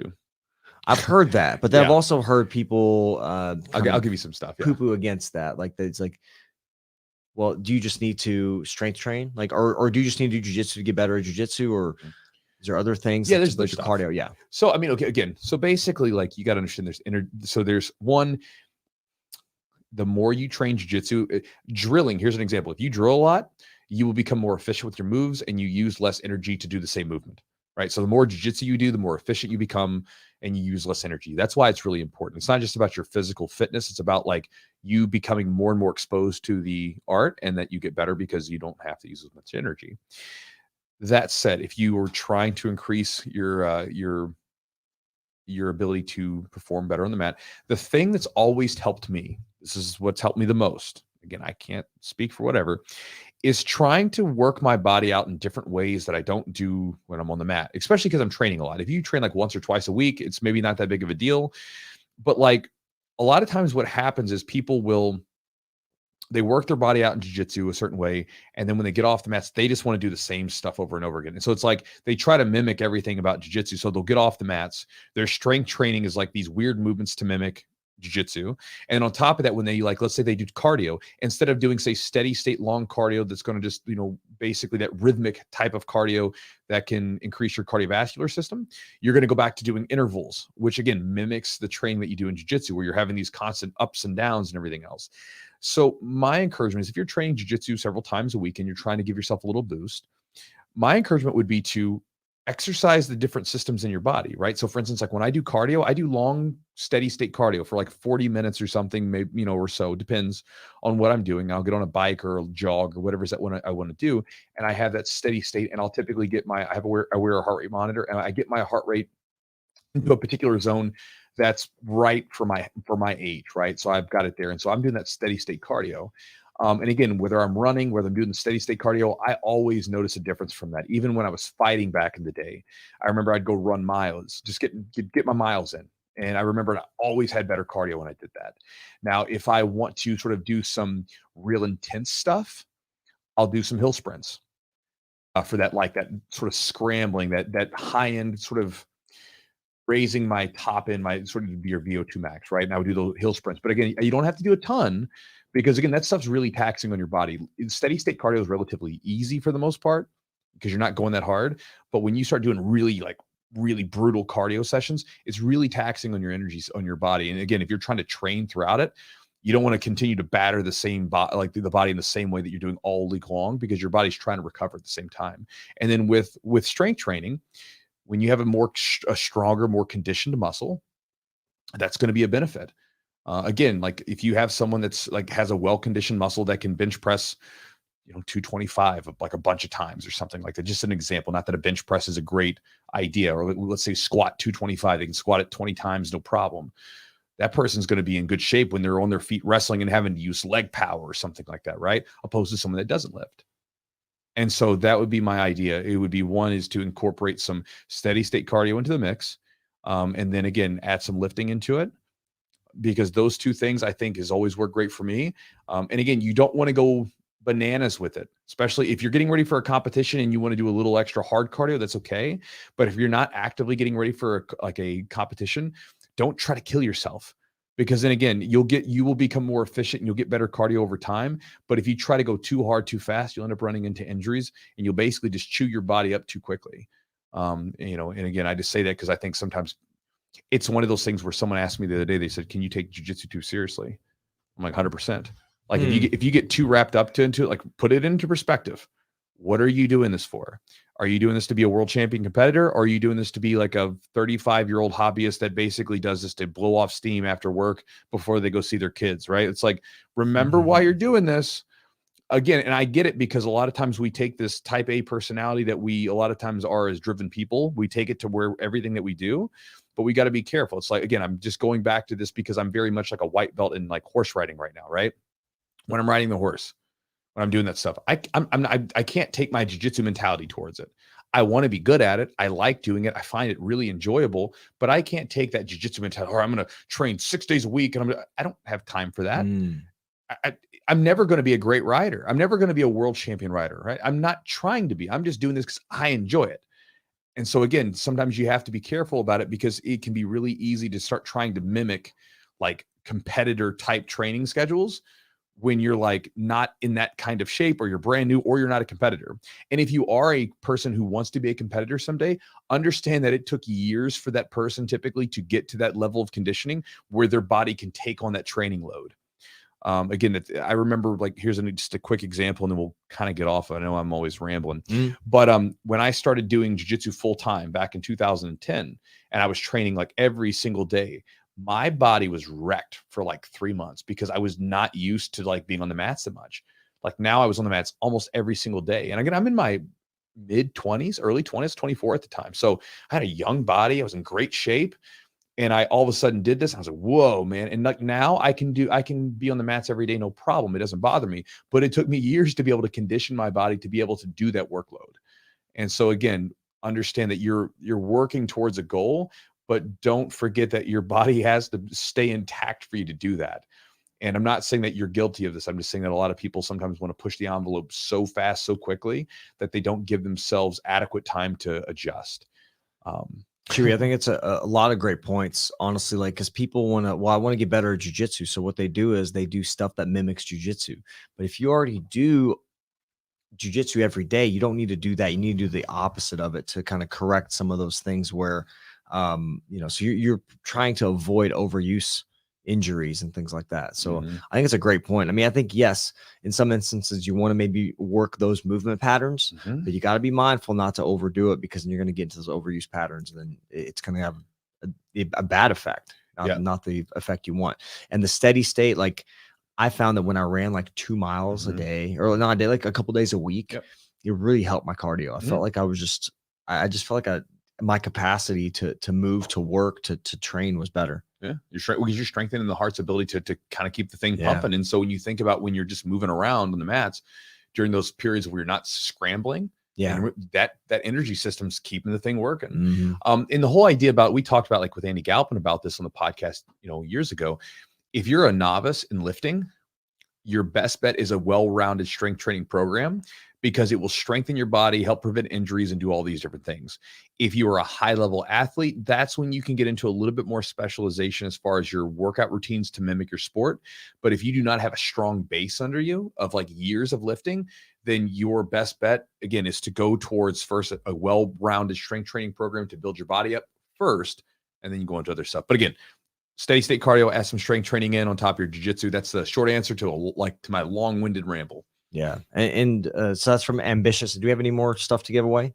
Yes. From Ambitious Hacks. Ambitious. So Ambitious, send us an email, and we'll give you I'll give you one of my courses. So all right. We still have a tinge or two. Yeah, we got a couple of good questions. Here's a super chat. Mike Nichols said, thanks for the feedback. It wasn't a question. Appreciate it. Well, if you have a question, Mike, let us know. But otherwise, thank you for the super chat. Appreciate the blessings, brother. Yeah, man. Appreciate you, Mike. There it's right there. Mike Nichols says, thank you for the feedback. Great content. All right.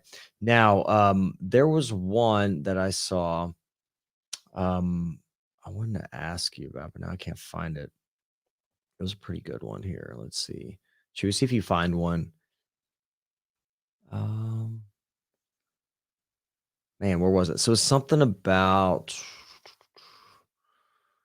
like 2 stripe white belts, not being able to, not competing or maybe not rolling. I think, I don't know if like some gyms will keep white belts. They won't let them roll, like full rolling, until they reach a certain stripe level, I guess. You mean like people not being able to? Oh, here we go. I think it's I think it's from King of Pringles. King of Pringles. King of Pringles. Right. Very good. I'll find them. Bro, I used to love Pringle chips. Yeah, there you go. I'll read it right there.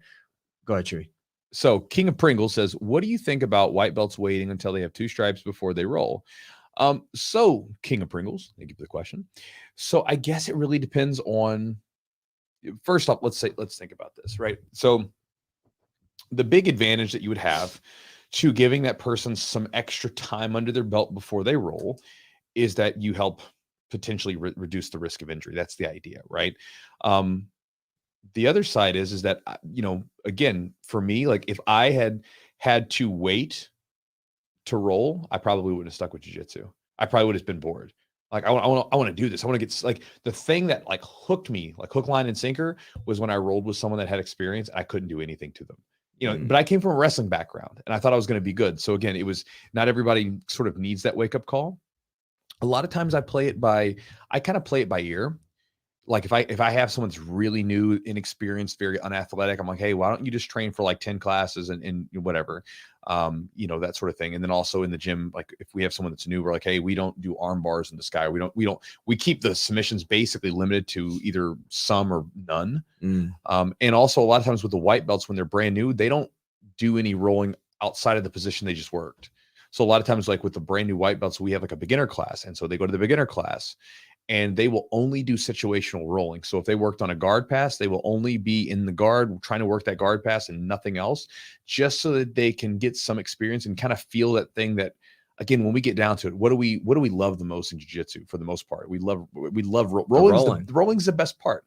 It's the most fun part to us all, right? We all love it. We love the techniques and everything else, but when we get to roll and go after each other, it's so much fun. And so I want them to experience that as early as possible for me. And so we just let them do situational rolling, and that cuts down on a lot of the injuries. There's like very few injuries that I've had with new white belts because they're just sticking into this little sliver of jiu-jitsu, and they don't have, because what ends up happening most of the time, especially with white belts, the injuries happen when they don't know what to do and they try something and they zig when they should zag and they make a mistake. But when you keep them contained to a little space, then they can't do that, right? They have to stay there and they have to work from the position. And so I don't necessarily like the idea of making the person wait for a really long time or like, months before they roll. Sometimes it's necessary depending on the situation. Maybe they had prior injuries. Maybe they're a bit older. Maybe they have some reservations. Like I've had like women with trauma issues before. I'm like, hey, you take your time and you do it when you're ready, right? There's always those situations. But as a whole, I typically let people roll. We just contain it in a very specific space. And I think that also helps them learn the techniques better, because a lot of times it gives a context. Because again, if you're learning something, but then you don't understand why you're trying to learn it, it's very hard to, like, sometimes for some people, at least for me, it's hard to put it together. But then when like I do something and then like I try to actually use it, it's like, oh, that's why I'm supposed to do X, Y, or Z, right? Okay. It makes sense to me now. And so, without getting your hands dirty, so to speak, I think that sometimes the learning process doesn't happen as efficiently. And so that's why I tend to let the people roll earlier. We just kind of keep it contained. And then if you have someone that has prior experience, like they're a really good wrestler or whatever, then again, you can even take off even more restraints, because obviously that person maybe hasn't done jiu-jitsu, but they've grappled, and their body will be, very easily able to acclimate to jiu-jitsu. So I don't particularly like waiting until they get there. I've even seen some gyms where they have like a different colored belt for like the new guys. Like you have to get your belt, like a white, blue belt or something. I think it's at some of the Gracie gyms. It's not my thing, but I can see where it has advantages, but I think you can mitigate the risk of injury by keeping people contained. And to you for your question, King of Pringles, if you'd like a free CBD tincture, if it's legal where you're at, send us an email. If it's not legal where you are, then let us know and we'll send you something else. By the way, Mike had already asked a question, so he was just giving us some love. So okay, I have a question for you, Chewy, and this is kind of since there's a. I'm not giving you a gift, Eugene. No, I don't need a gift. Gift me every day, whoop my ass. So there's a lot of like comments going on about like being older grapplers starting late, this and that. Some people are like, I'm too old to start, or I'm a hobbyist, this and that. What do you think? And this has a lot of layers to it. What do you think is like the oldest someone could maybe start and still maybe be a world champion, or that of that somebody started late? Now it's getting a lot earlier. When we say world champion, are we talking about like, let's say IBJJF, like adult or masters? Because see, that's the thing. So because here's the deal, like in jiu-jitsu, we have mastery divisions. Let's say adult. Adult. But so if we're talking about adult, we're talking about the best adult, right? I mean, now it's probably, I mean, you're 10. You're talking about, you're talking, you got into it when you're probably like somewhere in your teens, maybe a little bit earlier, maybe a little bit later, because I mean, like obviously there's Gordon Ryan who, he was younger, but he wasn't like 6. Right. Yeah. I see. This is the thing I do wonder about. So there's a book called The Sports Gene, and they were talking about in this book, the whole idea is that a lot of times we ascribe everything to the 10,000 hour type rule. You got to put in your 10,000 hours. By the way, if you actually look up some of the guys who did some of those studies, like Dr. Anders Ericsson and stuff, and some of these other guys, they actually wrote books about it. And they were like, Malcolm Gladwell kind of got like, he didn't actually take our studies that we did exactly right. Like, it's not this exact 10,000 hour thing. And it really comes down to the specific type of training, right? Like, so as an example, they talked about swimmers who, swimmers would go into, to the pool and swim. And they did these surveys with these different swimmers. And one of the things that they found was with the highest level swimmers versus the like good swimmers that were high level, but not at the highest level. They said that one of the things that was different was when those high level swimmers were going, they were like 100% wrapped up. And every time that they would move and they did a repetition, they were trying to keep their body in sync and see how it feels. Whereas people that were kind of they were still really good, they were putting their reps in, but they were just kind of going with emotions. They weren't really that focused. Right. And so you can think about that even in a jiu-jitsu situation where like people come in and they're kind of bullshitting around as they're doing the reps. Like they're talking, having a conversation, they're having a good time, they're relaxed, and that is okay. Completely okay. But if you're trying to be the best, you got to be focused on your damn reps. You got to be focused on how your body feels and every little thing that happens, and 100% focus. The thing is, that takes a lot of energy to do. You're taking your mind and really working it, and the brain's eating up a lot of calories to make sure you're staying focused. And so with their studies, they were saying, like, again, in that kind of stuff, it's not necessarily 10,000 hours. It's about the type of hours you're putting in, the specificity of your training and how you do it.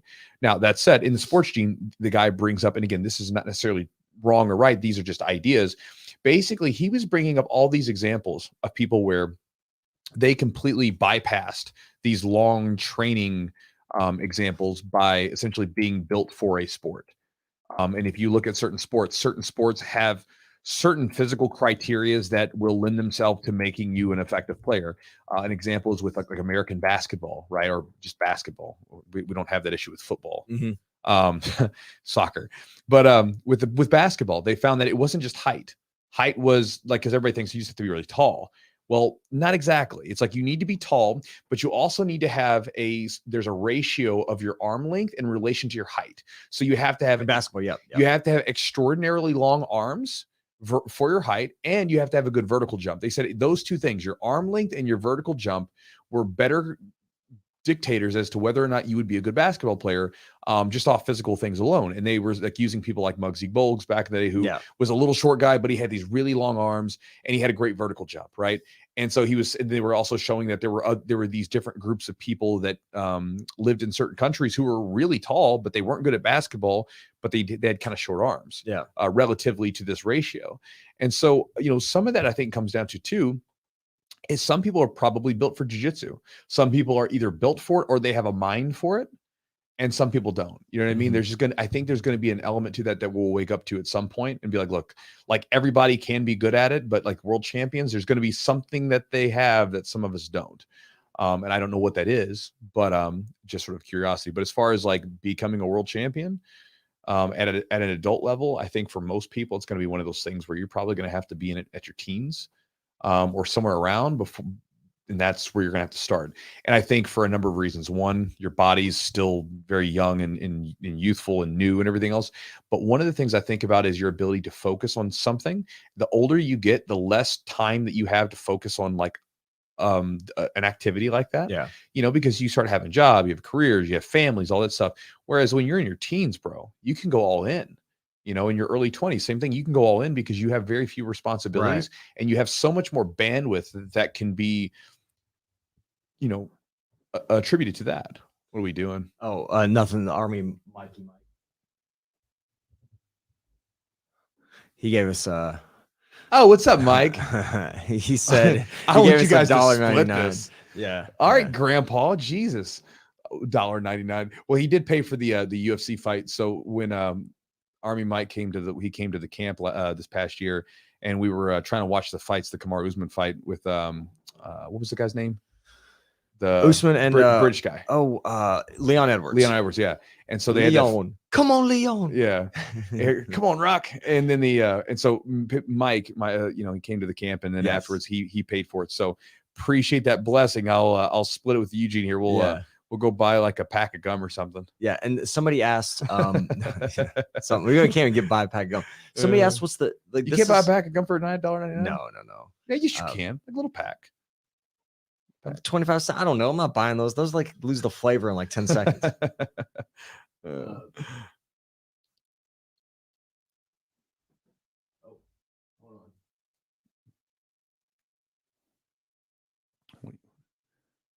There we go. All right. We already asked this question. Is it Icenic? Icon? What is that? Anyway, what's the best body type for jiu-jitsu? I'm average height with short arms and legs. That's hilarious. That's hilarious. Me, bro. Like, I mean, I'm like 6 foot, so I'm slightly above average, but I've got shorter arms, and I got like short, kind of thick legs. Not short, but just shorter. There is no best body type, I don't think. I mean, you typically see that like a lot of times a longer, sort of lankier body tends to present a lot of benefits, and you see a lot of people that have that thinner body in jiu-jitsu tend to do pretty well. But that said, there's plenty of really good jiu-jitsu practitioners that are short and stocky and everything else. And so I don't necessarily think that there's one body type that's going to be better for any of them. I think it really comes down to your ability to adapt everything. And again, your technique selection will probably be determined by that. Like, you're probably going to favor things like half guard, probably going to favor things like kimuras, maybe rear naked chokes or guillotine chokes. Those can be great for shorter arms too. So some of your technique selection is going to be, sort of dictated by that. But I don't think your ability to be good at jiu-jitsu and be effective is dictated, because trust me, I've seen just about any shape or size person in jiu-jitsu be good at it.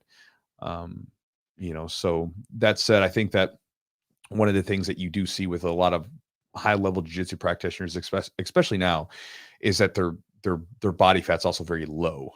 Like you look at, they're in good shape. You know what I mean? So it doesn't matter so much that they're short, stocky, average, or whatever, but they can't be lugging around a ton of weight. Yeah. Unless you're like heavyweight, it doesn't matter. But like if you're talking about like the guys at other weights, like they're not carrying around a lot of extra fluff, and so that tends to mean that they get a little bit more on the thin side, opposed to like, say, some super jacked monster or something else, right? I think the beautiful thing about jiu-jitsu is that there's different games for different body types and different body styles. You got guys like Mikey Musumeci, who's got these tiny little legs, and his torso's kind of bit long. Dude, his torso's really long. It's really weird. His legs are so short. And then you've got he's got that swimmer body. Yeah, he does. Like Michael Phelps was built like that. Got short legs. Yeah. So I just think that, like, if you're somebody like, we talk about Matt at our gym, who has great triangles, also does a lot with buggy chokes, so that's a game you're probably not gonna be able to play, Chewy. You play a half guard, that type of game. So I think the beautiful thing about jiu-jitsu is you can be, and they have weight classes, so you got different, body types, like bigger guys, like you said, more body fat, larger. They the ultra heavy, like the super heavy, I guess they do. Some of the guys do really well if they can move a little bit as a big guy or a big person. I think that's one of those things too. And I mean, yeah, and the thing, like, when it boils down to, is jiu-jitsu is kind of a choose your own adventure, right? So, I mean, if you work at it enough, you can make it work. Yeah. And so, I mean, have fun with it. Have fun with the idea of going out there and like finding the stuff that works for you. I Scenic Wolf, send us a message, and I'll send you a course. So send an email, let us know, say I want a course or whatever in the email, and we'll take care of you. All and right, then let's do maybe a couple more, Chew, like one or two more. We'll wind down. Yeah, we've been on it for guys, like, it's so funny. Like, the technical difficulties just keep coming. Like, my mouse has died and stuff, and it's just great. It's your day, buddy. It's been good. It's been really good. Like, we need to do these more often. Get it together. That's right. So let's find another one, Chewy. What do you think? Find another one. Oh, it's my job. Yeah, you're doing a good job of bringing it up. All right, let me see. Body type best. I don't know. I don't know what body type is best. Let me see. Go to the very bottom real quick. Very bottom. I'm there. Malik. I think it says a little bit down, further down. This one. Yeah. Is it? You want to click that one? Yeah, click that one. So the message comes from Malik Williams. Says, Chew, I sent you a video with 2 juveniles, one using what seemed like dirty techniques. So they sent me a video the other day, and it's weird. So I was watching the match, and you see this, like, these 2 little girls, like, young, they look like they're maybe like 10 or something. And one of the little girls, like, raises up, and, like, she's in, like, the top of half guard, and the young girl below her is holding one, and she just gets up and she starts grinding. She drops her forearm, like, her elbow right on her mouth, and she's just grinding it. And he sent me kind of like what I was thinking about, and I thought it was dirty. I was like, I didn't like it. Like, if I was the coach, so here's an example. It hasn't happened often, but I've gotten pissed at my students for doing stuff that I don't think is very nice, or it's kind of uncouth. I'm okay with using a little bit of pain or discomfort for technical means, and I've talked about that many times on the channel. But just to sit there like she was and grind it down, like, if I was her coach, I'd be yelling at him, like, stop, how old stop it, like 10. I'll show you the video afterwards. It's like, it sucks. It's like, because I just look at that little girl, and she's just laying there getting her face like raked over, and the ref doesn't say anything. I feel like the ref should have said something. But this younger girl, so here's one that happened years ago. Is like, I had a guy who he had trained with me for a couple months. He was an MMA fighter, and he was in the match, and he was just like sitting inside someone's guard, and he was just covering the guy's mouth. So, like, he wasn't trying to posture up and pass. He was just sitting there covering the person's mouth. And I was telling him, I was like, bro, stop covering the mouth, posture up, let's break that guard, whatever else. I'm trying to coach him. And he just, like, looked at me, but he wouldn't listen. He didn't do it. So I coached the other opponent and helped him armbar him. I was like, wait, what? Yeah. So I was like, you're not going to listen to me. You should be passing guard. So I was like, hey, guy on the bottom. I was like, all right, here's what I want you to do. So then I'm like coaching him. And I was like, well, I'm going to help you coach him and armbar him because he's not listening to me. And it's like, he's doing stupid stuff. Did he leave our gym? This person in our gym? No, he stuck with us for a little bit longer. Okay. Yeah. I would have been like, man, I was like, well, listen. I think he panicked. No, he just, like, he did fought MMA. He's just doing dirty stuff. Because, it's in the MMA, you do dirty stuff. It's like, but this is a jiu-jitsu tournament. I want to see technique. And we just worked his guard pass. I was very angry. I was like, all right, let's armbar. Let's turn your hips, whatever, And so I was trying to help him. And so, like, I don't like an MMA fight. All bets are off, right? We have both signed this.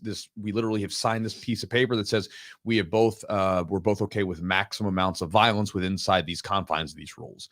In jiu-jitsu, I don't like seeing, especially with kids, just getting grinded down, beat up, and stuff like that, because, again, it's not technique, it's not good finesse, it's not.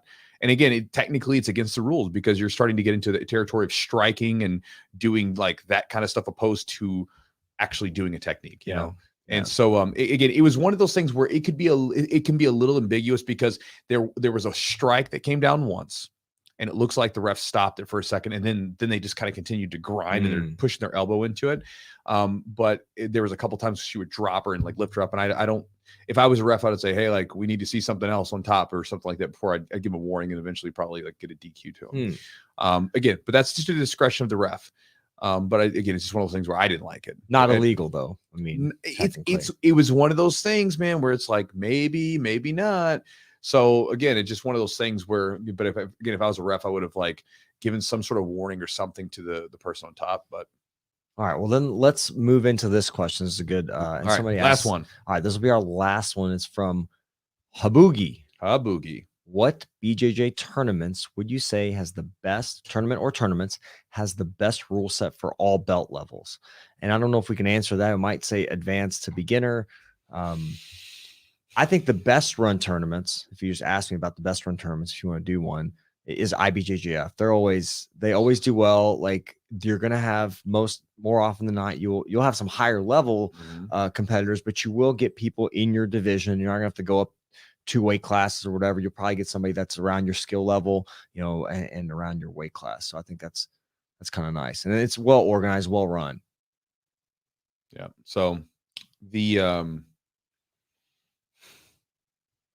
mean, regional stuff's good too. Well, yeah. So as far as like good tournament that's like well ran, IBJJF like is good. I mean, like people can hate on them all they want to because they're the big show in town. But like you'll know they have it down to like where you'll have a pre-schedule or a schedule and say, hey, listen, the match is going to start at 2:30. You need to be there with like you get there an hour in advance. Most of the time, and there are some exceptions. Like I've been doing this for a while. Most time, and they're pretty on the money within like a half an hour difference. And so it's pretty nice. And so you don't have to be there super early in the morning, whatever. You weigh in you weigh in right before you compete. So you don't have to worry about massive amounts of, you don't have to worry about anybody like cutting 20 pounds and then showing up in your weight class the next day, because if you have a day before weigh-ins, you can do, I mean, I remember cutting tons of weight and then like going down to the smaller weight class. And then all of a sudden you go into people who didn't cut weight, you're massively bigger than them. So you can't really do that because otherwise you're not going to feel too hot. And again, you can go back and forth. It really comes down to your style of competition because, or your style of jiu-jitsu. This is one of the things where I like the thing about jiu-jitsu where we don't have a big governing body, which allows us to have all these different types of tournaments. You have sub-onlys. You have sub-onlys with like certain restrictions, like a fight to win, where there's a sort of a judging system. And then you have like EBIs, which is sub-only with an EBI round, which basically, if you want to think of it, has a submission or a point system, right? Because either you score on the person because you hold them longer, you get a submission faster than them, well, then you win on that 1 point or whatever, if you want to consider like that. And then you have tournaments like IBJJF style tournaments that have a whole point system. I don't necessarily dislike the point system. I never did. I think that there's something nice about it. I think that in a lot of cases, not always, I think that a lot of times those points can create some action because people have to move. And so people will like expose themselves to not have points scored against them, which creates all these cool transitions and stuff like that. It can also create passivity too. But again, there is no best tournament. If you were getting started though, I would just say like the best tournament getting started is, go to the regional ones. And then as far as like the advanced people, then you're going to the best tournament that suits your game. Do you have a terrible style for scoring points? Well, then you need to find sub-onlys. Do you have a really good wrestling style? ADCC styles are going to be great for you. If you have kind of a hybrid of those two, IBJJF's perfect because you can pull guard or you can take down.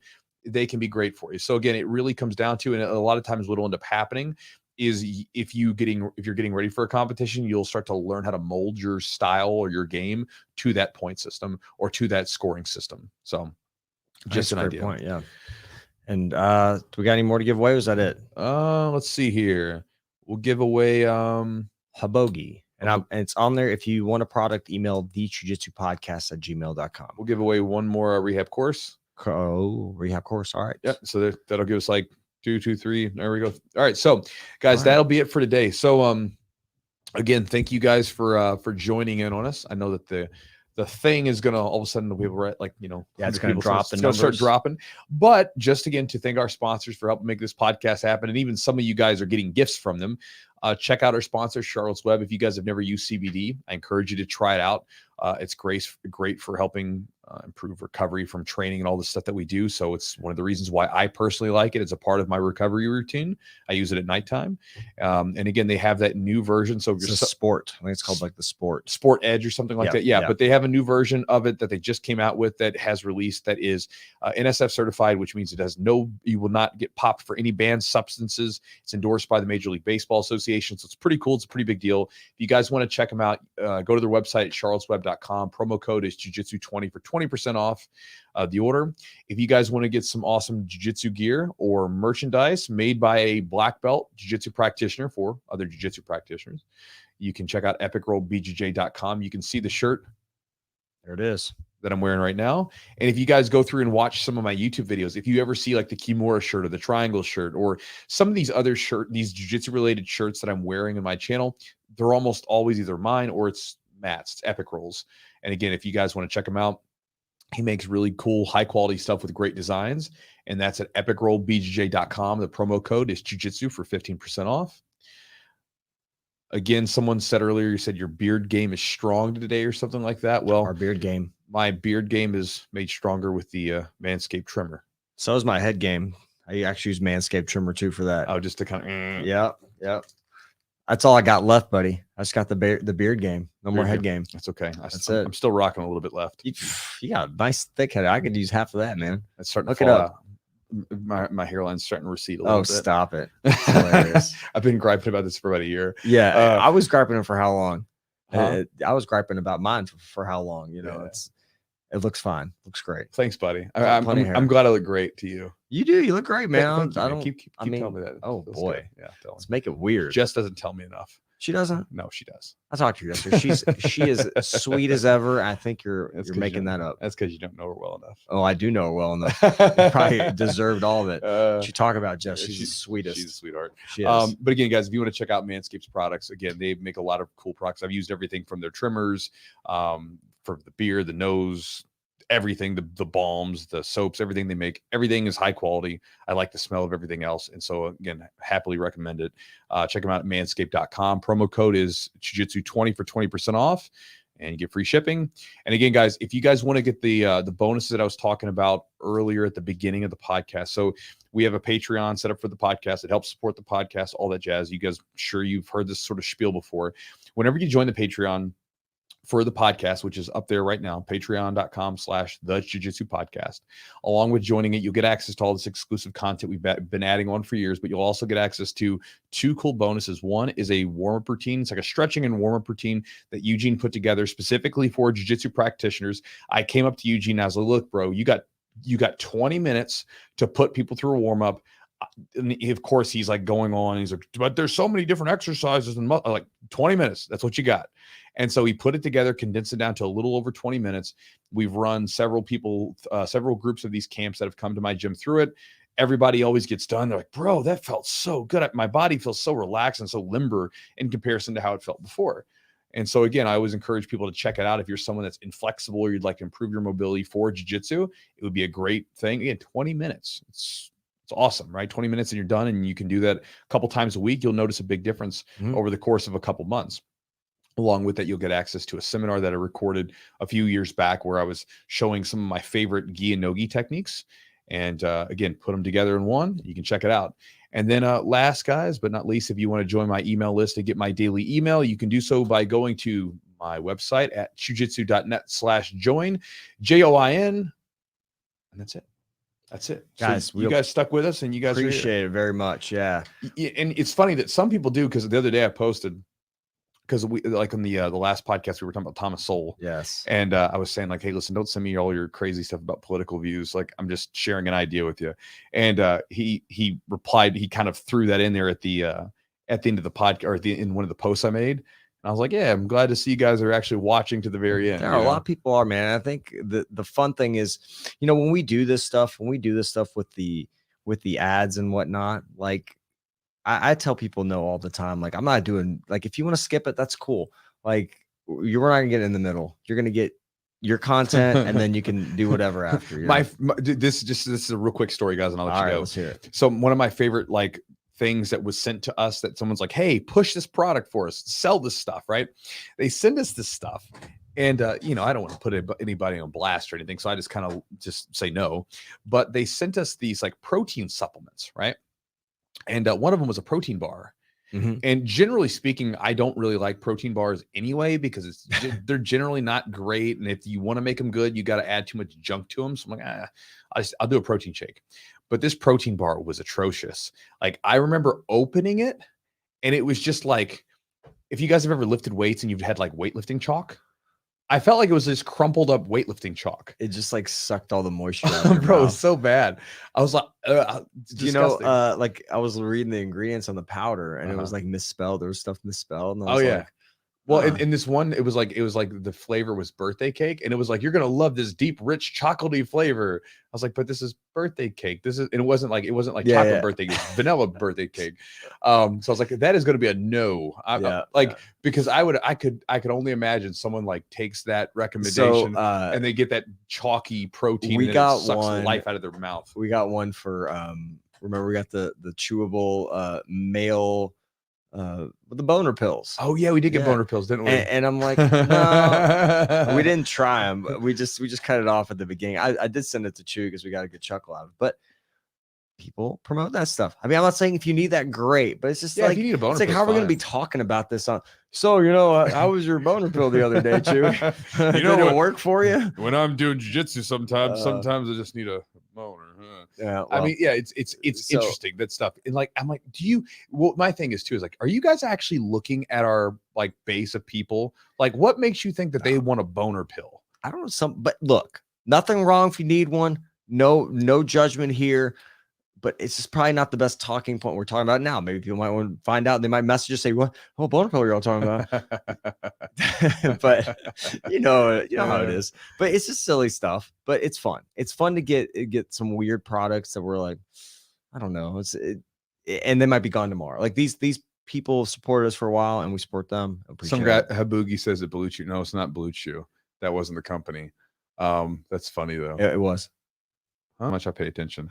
Yeah, I think it was. Okay, but they may be the only ones with like I think it's what it was. And I was like, I mean, man, and I was like, it might work great, and if you need it, whatever. I was like, is that like dog? Is it like a dog treat or something? Like, is that what we're doing? Like a dog treat? And then I didn't know, and I started looking it up, and I was like, all right, cool.